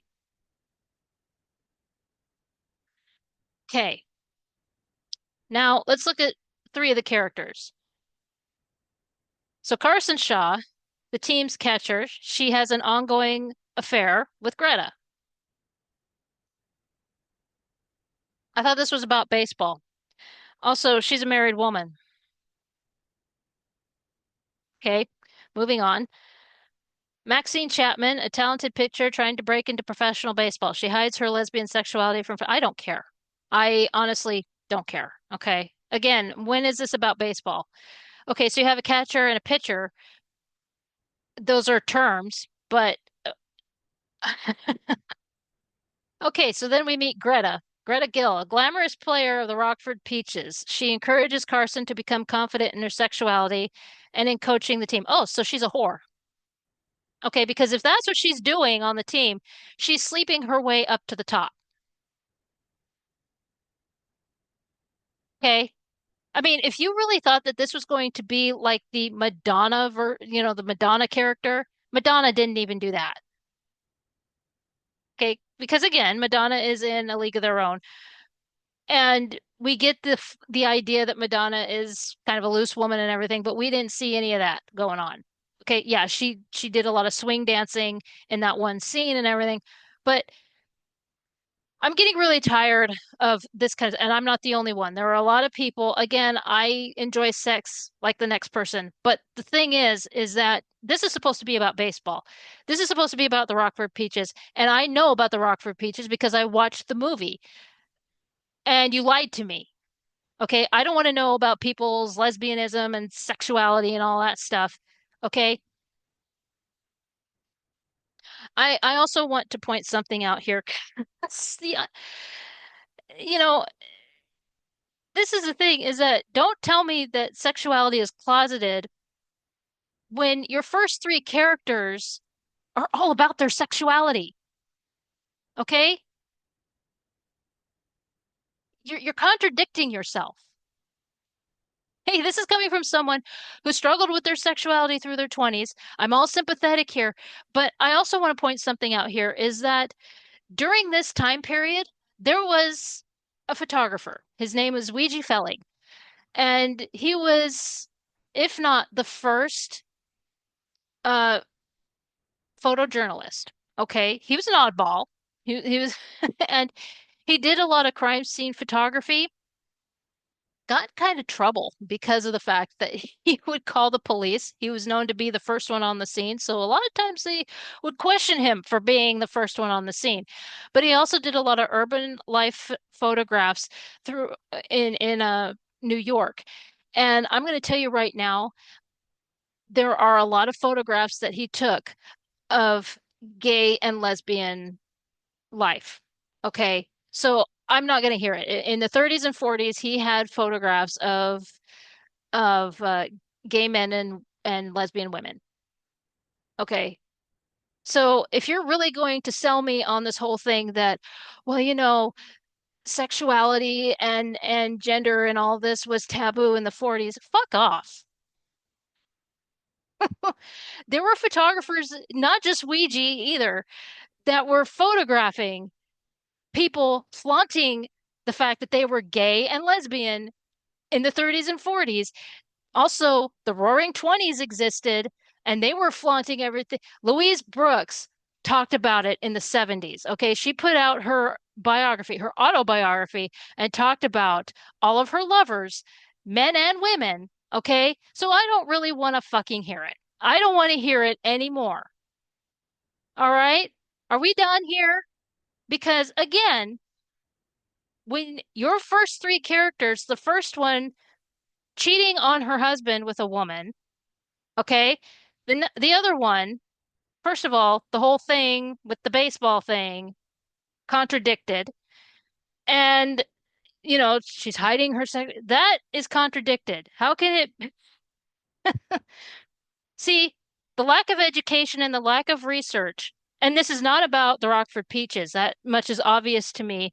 But you wanted to bait people to watch it is really disgusting to me. Is absolutely disgusting to me. So you can just fuck off. Okay. Oh my gosh. The fact that you think that you're the smartest one in the room, uh-uh. Oh no.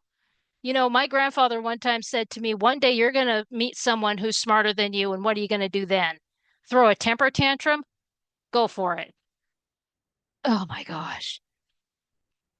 All right. The next one, this one was actually ripped off of Paramount Plus, and I saw the temper tantrums that came out of this one. I tried to find where I was actually going to sit down and watch a couple episodes, but I couldn't find it anywhere. So, yeah, I was willing to go the extra mile with this one. Okay. So it's called Grease, Rise of the Pink Ladies. And I'm not even kidding with the stuff that I could find on it, all the written information and all that. Annabelle Oakes is someone still in their theater kid glee phase. Okay, she's the writer behind this. She's the one that created it, and it's the stuff that I'm reading, and then some of the reviews, which I'll read a few. Yeah, she's still in her theater, or she was when she did this, because this was in 2023. And I mean, good Lord, no wonder it was ripped. So it says that it's a prequel to the 1978 film. Okay, the series takes place in 1954, 6 years before the events of Greece, and follows four fed-up misfit students who band together to bring out the moral panic that will change Rydell High forever and become, oh, look, it's a girl boss fan fiction. Okay, so again, it says it's a prequel to the film. Most of the positive reviews try to remove it from the film, but, you know, okay. If the film didn't exist, this thing wouldn't exist. This is such a theater kid mentality because a lot of the Newsies theater kid fans seem to think that the stage production came first, which was like in 2011 somewhere in there. And it's like, okay, that wouldn't exist if it weren't for the 1992 film. Okay. You really need to put your brain power into high gear and do the math on this one. My gosh. Oh man. Okay. So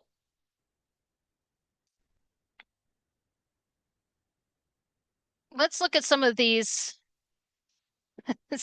reviews. Yeah, like this one. Does no one remember the movie accurately? This show isn't meant to be a remake of the movie, which, okay, fair enough. But some of these bad reviews seem to have forgotten what the original movie was really like. It was made in the 70s. Olivia Newton-John was a 30-something playing a high school student and was obviously not one. Okay, how many times are you stupid dumbass is going to bring that up?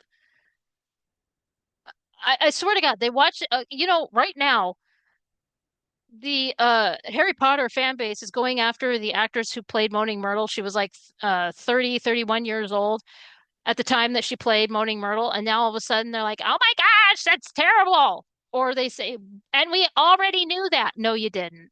No, no, you didn't. You did not know that because you don't care. You really did not. If you knew that, you would be talking about it nonstop. And it's like now all of a sudden you're talking about it. Okay. Why are you so fucking fixated on age? I I've never seen a generation so fixated on age as like Gen Z. It's ridiculous, okay? But for some reason they always want, you know what? Mary Pickford was nearing 30. She was like 29 years old and she was playing a 12-year-old. This is not new, okay? I'm sure if we had documentation of some of the stage plays before film ever became a thing, we'd be shocked. Okay? So just shut up. Damn it. Okay, so they tackled social issues like Russo being slut shamed and being worried about being pregnant. It came down hard on both. What does this have to do with anything? Okay, it had songs that were not 50s style, hopelessly devoted anyone. It was a musical, you dumbass. This one really got me because I was like, where is this going? It had a flying car at the end and an entire cartoon scene during Grease Lightning. No, it didn't, actually.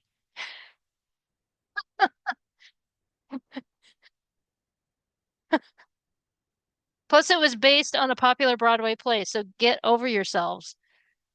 This show is cute and fun. It definitely had some more pop 50s style songs. Okay. See, that's the problem, is that something new is there and so you trash talk the thing that it's supposed to be. You're trying to pull it away. Like I said, they're trying to remove it from the film. So you completely trash talk the film. Well, this person was 30 when and trying to play a high schooler. Uh-huh. And your point being, this whole thing about the car, the flying car and everything, I'm not sure where that, okay, so you didn't watch the movie. Okay. And this one made me laugh.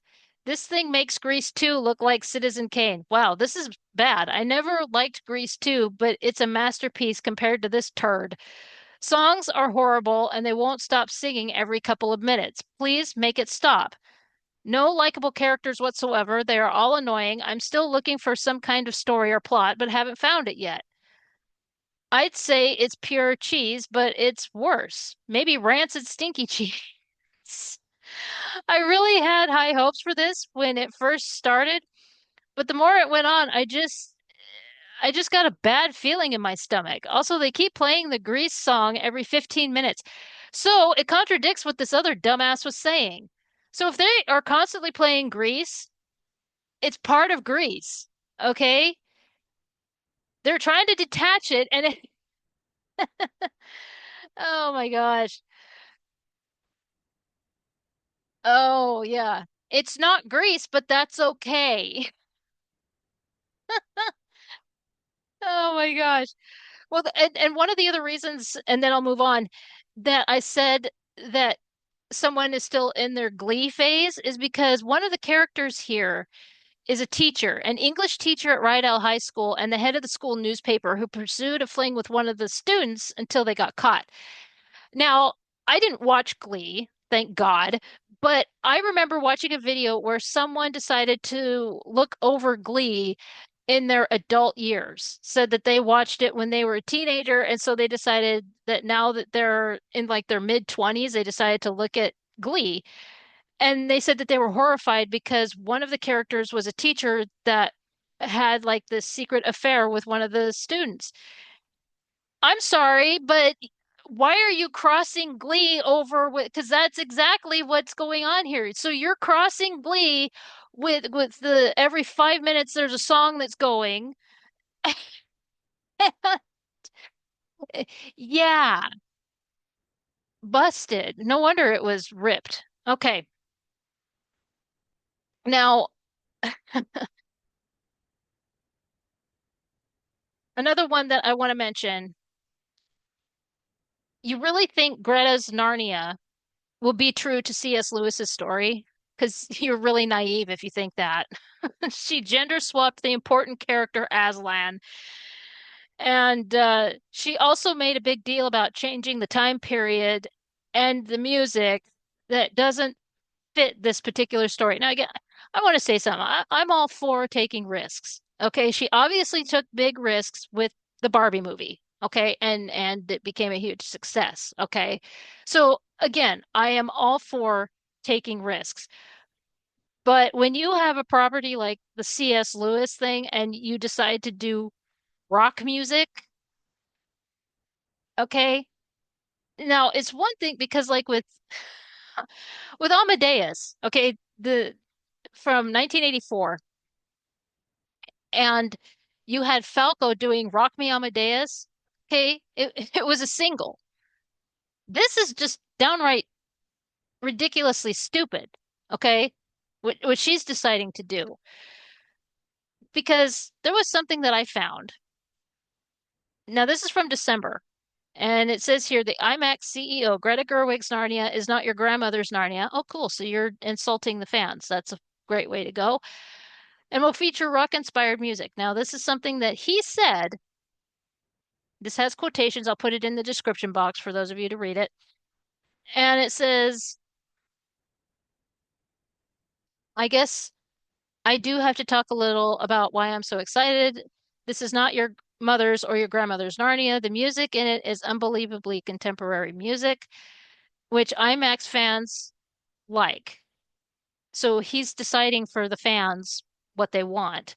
I'm not going to say specifically, but things like Pink Floyd and The Doors, that kind of music which people go to see in IMAX. I don't remember ever hearing someone say that they go to IMAX to hear music. I could pull up Pink Floyd or The Doors right now. In fact, after Val Kilmer died last year, okay, which is very sad. I was very sad. And exactly a year ago, that's right. It was 1st of April when he died. There were a lot of people because, of course, he played Jim Morrison. There were a lot of people who listened to songs of The Doors. They don't need IMAX.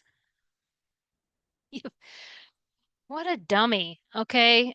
So the movie itself is being filmed. Okay, so he said that. But this is another thing that he said that is just really ridiculous. This man is slow. Okay, so this is one where my team has to hold me back because I think, as I said before, that it's really going to change the world. Dude, okay, no.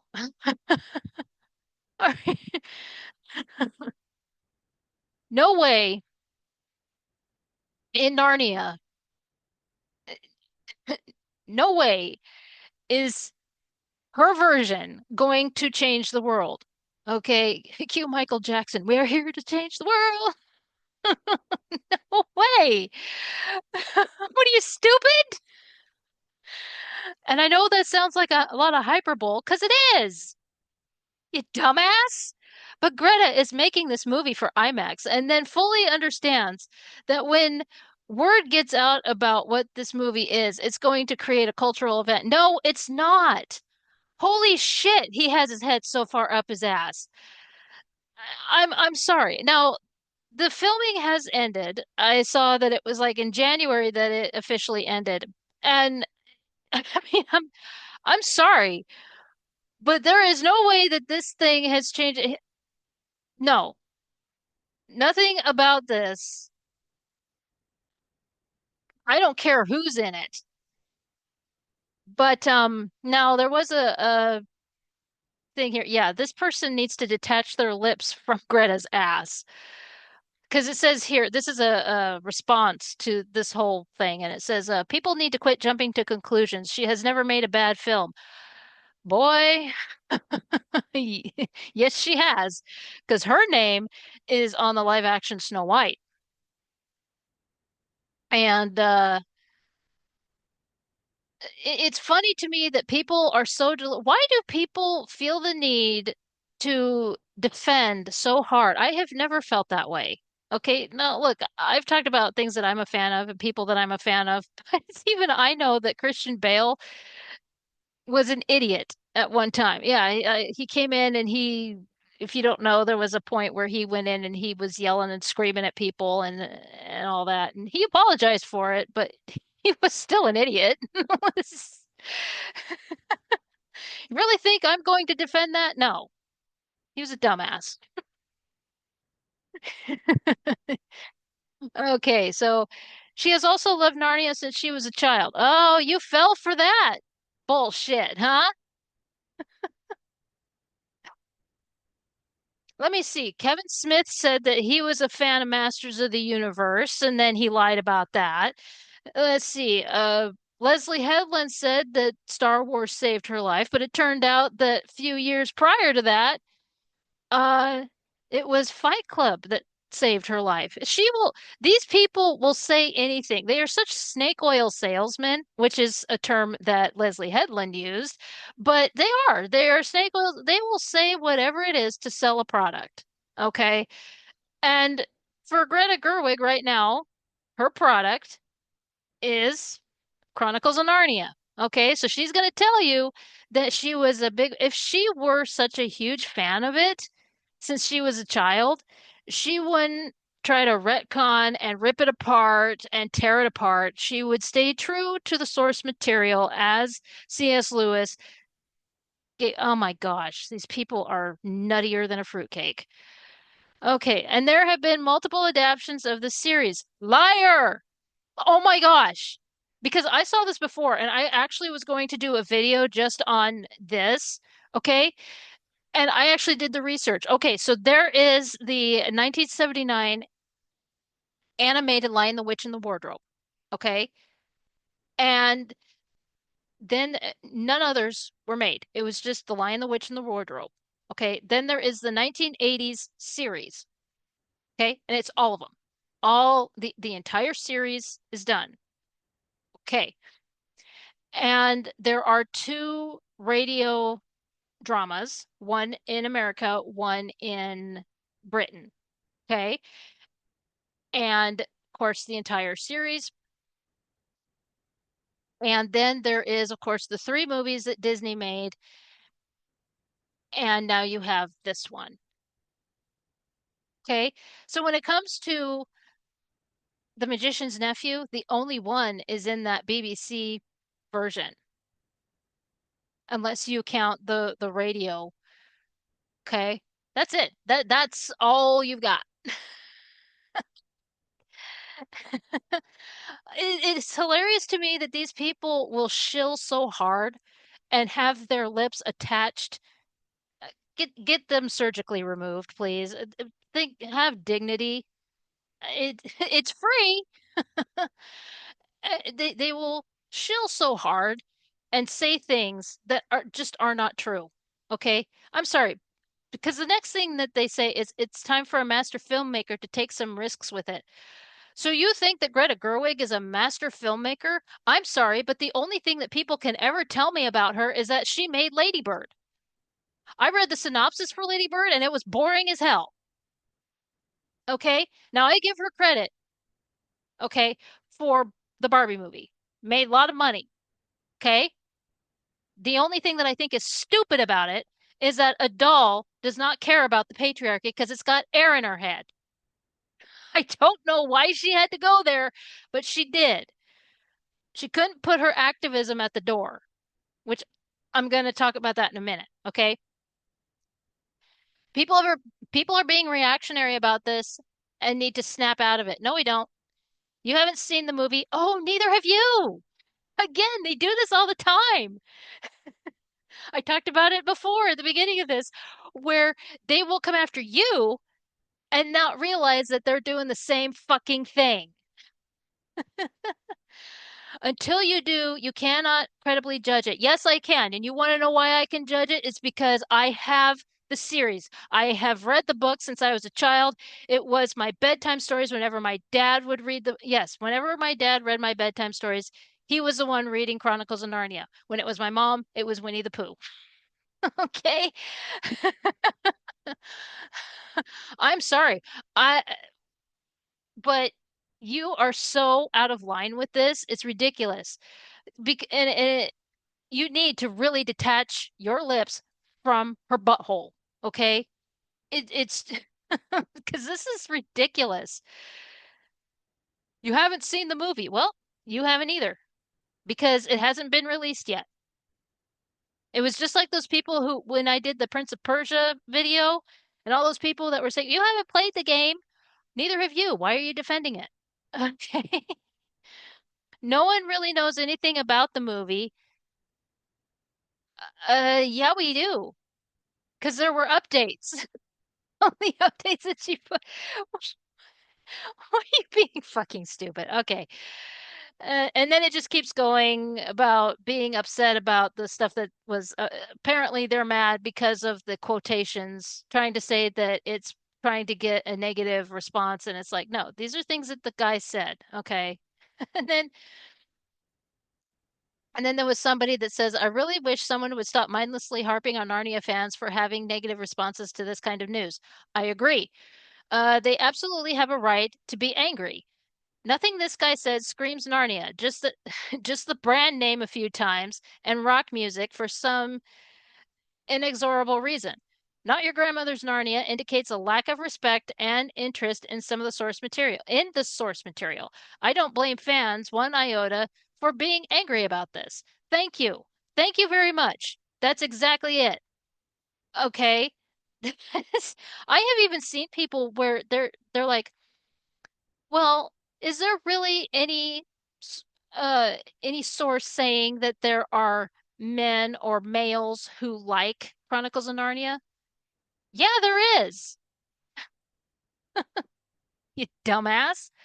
Okay, now this is something that I want to bring up, especially after the whole thing that we had to deal with Maggie Gyllenhaal. Okay, because I remembered that Greta Gerwig did Little Women back in 2019.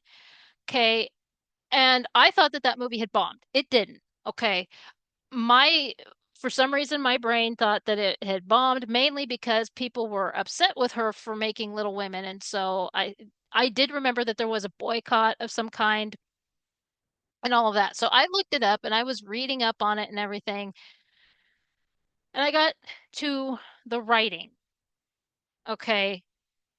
Oh, dear heavens. Okay. Strap in, kids. So Greta wrote many overlapping lines of dialogue that would be read on top of one another, which sounds confusing. Okay. In addition, she stated that a monologue in the film was inspired by a conversation she had with Meryl Streep about the challenges women faced in the 1860s. I'm so sick of this. I'm so okay. You do realize that there was a civil war going on? Because it doesn't elaborate on that. It just says the challenges faced in the 1860s. Yeah, um, women had to deal with the fact that their men were going to war. Are you fucking stupid, lady? I mean, what is this? The fact that they are talking like this pisses me off. Okay? Their men were going to war. So they had to step it up a notch. Unlike you, your mind just okay. So to focus the film on its characters as adults, Gerwig incorporated a non-linear timeline. The ending differs from that in the novel by depicting the pleasures of a romance inside a story that about Alcott realizing her artistic ambitions. Okay, if you remember, Maggie Gyllenhaal stated that she wanted to write the story that Mary Shelley actually wanted to write, but she couldn't because she was tied down by the patriarchy. Okay. And that turned, that was like, stop talking for dead people. Okay. Mary Shelley put out the novel that she wanted. And in fact, she re released it in the 1830s. Okay. Like, stop being stupid. Stop using dead people to justify the fact that you put out shitty fan fiction. Okay? Your project was shit, not Mary Shelley's. Well, now we got another one here, folks. Because it says, again, the ending differs from that in the novel by depicting the pleasures of a romance inside a story about Alcott realizing her artistic ambitions, which Gerwig believed honors Alcott's true vision, given that Alcott had to satisfy the era's narrative expectations. Bitch, stop it. Are you stupid? Because again, Maggie did this too. She hid behind, oh gosh. Okay, so there's this famous story. All right, so this was during a time when, of course, a lot of writers would release their stories to magazines, okay? And so each chapter was in the magazine, kind of a tune in next issue kind of deal. Okay. And her representative said to her, well, readers would really like it if Joe and Lowry end up together. And she said, Basically, good for them. I'm the author, and left it at that. Are you seriously fucking stupid, Greta? But this is also the woman that when she was releasing this movie, she would sit in interviews, and at one point she said that Louisa May Alcott was closet gay and giggled. And the interviewer was like, wait, what? She never gave any proof. No, she never did. It's like if you're going to drop a bombshell like that, you better have fucking proof. Okay. But then she stopped when there was that one interviewer who actually said, "Okay, and do you have documentation of that?" And it was like Greta didn't know what to do with that. It was like we were just supposed to believe her nonsensical drunken antics. Like, "Oh yeah, Louisa May Alcott is gay because you said so." That's not how it works, Greta. It just isn't. But here again, she decided to change the ending, which, like I said earlier in this video, Walt Disney Corporation, when they put out The Little Mermaid, they changed the ending for the sake of the children, okay? And I get it, okay? You don't want to scare the children, you don't want to traumatize the children like Transformers did in 1986. But this is just downright incredibly fucking stupid. Okay. And it's getting old. It's getting tired. I get that this was in 2019 and Maggie Gyllenhaal was just a few months ago.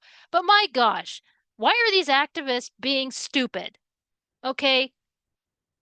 Turn on your brains, girls. What was that one gal where she's like, let's go, girls? My gosh. She did. Louisa May Alcott released the story she wanted. Okay. Obviously, you didn't hear that story, or else you wouldn't pull this stunt and say this thing of saying she, the true vision given, you know, she released the story she wanted instead of satisfying the era's narrative expectations. She told her representative basically to to fuck off. Oh my gosh.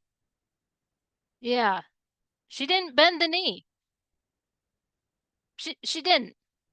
Okay. All right. So, in closing, first of all, to Greta and Maggie, stop trying to write what you think they wanted and write an original story. You know, that would be nice. I mean, those authors put out the story they wanted. Yeah, they weren't tied down to anything. Otherwise, give proof that they were. Okay. I mean, Mary Shelley most definitely was not tied down to any damn thing. We know that much.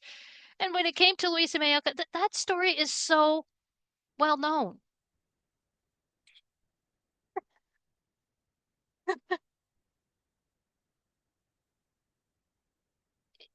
I think at this point, what we need to do is we need to start banning these, like, I, I know it sounds bad because it's like people are going to be like, well, it's freedom of speech. It's freedom of this. It's theft. Okay. On this list that I have of these retellings of classic literature, okay, there's one story. I mean, there's so many of these Jane Austen stories. Holy shit. It's ridiculous. But there's one here, retelling of Pride and Prejudice, and I couldn't believe what I was looking at because the title of it is The Other Bennett Sister. And my brain just, I was just like, oh my gosh, because of the fact that if you were around in 2007 and 2008, there's The Other Boleyn Girl. That book and that movie were huge, absolutely huge. And this dumbass is not only snatching characters and a universe from Jane Austen, but she is also snatching a title. It's so blatantly obvious that it's a title stolen from another author. The other Bennett sister, the other Boleyn girl, please. I'm not stupid. I'm not a dumbass. I can see it for what it is. Okay? And it says, what if Mary Bennett's life took a different path from that laid out for her in Pride and Prejudice? What if the frustrated intellectual of the Bennett family, the marginalized middle daughter, the plain girl who takes refuge in her books, eventually. So it's a self insert. I mean, pretty much. A lot of these are self inserts, and pretty much the ones that are more popular here are like the Iliad and Odyssey. Okay, with the Iliad and Odyssey, you could make original stories that were set in ancient Rome or ancient Greece or even ancient Egypt. Okay, you don't have to take Homer's characters. You really don't. I mean, to be honest, you know what you could do is you could take ancient Greece and actually make Ares a loved god somehow. Maybe make your character one that has sex with him or something. Make Aphrodite jealous or something. There you go. There's your story. I got too much to deal with. I don't want to do it. But I don't understand. You know, you always talk about how, well, nothing is original anymore. I just gave you one. Okay? You're not trying hard enough. You're obviously sitting there being too lazy. Instead, what you want to do is you want to make a bunch of these stories of the retellings of Little Women. Yeah, it's Little Women, it's Jane Austen, and like I said, the Iliad and the Odyssey, and the constant ripoffs. This is ridiculous. It should be banned. It should be make people actually try to tell their own original story. I would want to be remembered for my own original characters. I have fun making my own characters and making my own universe. Okay? I don't I don't understand this nonsense. I really don't. And I really don't understand how somebody could be so happy butchering someone else's established story. Or you know, the people that want to butcher Middle Earth or Narnia. And that's just immature. Yeah, and then trying to destroy or cancel out Isaac Asimov. To that I say, is it because he can write science fiction and you can't? Anyway, I'll close up here.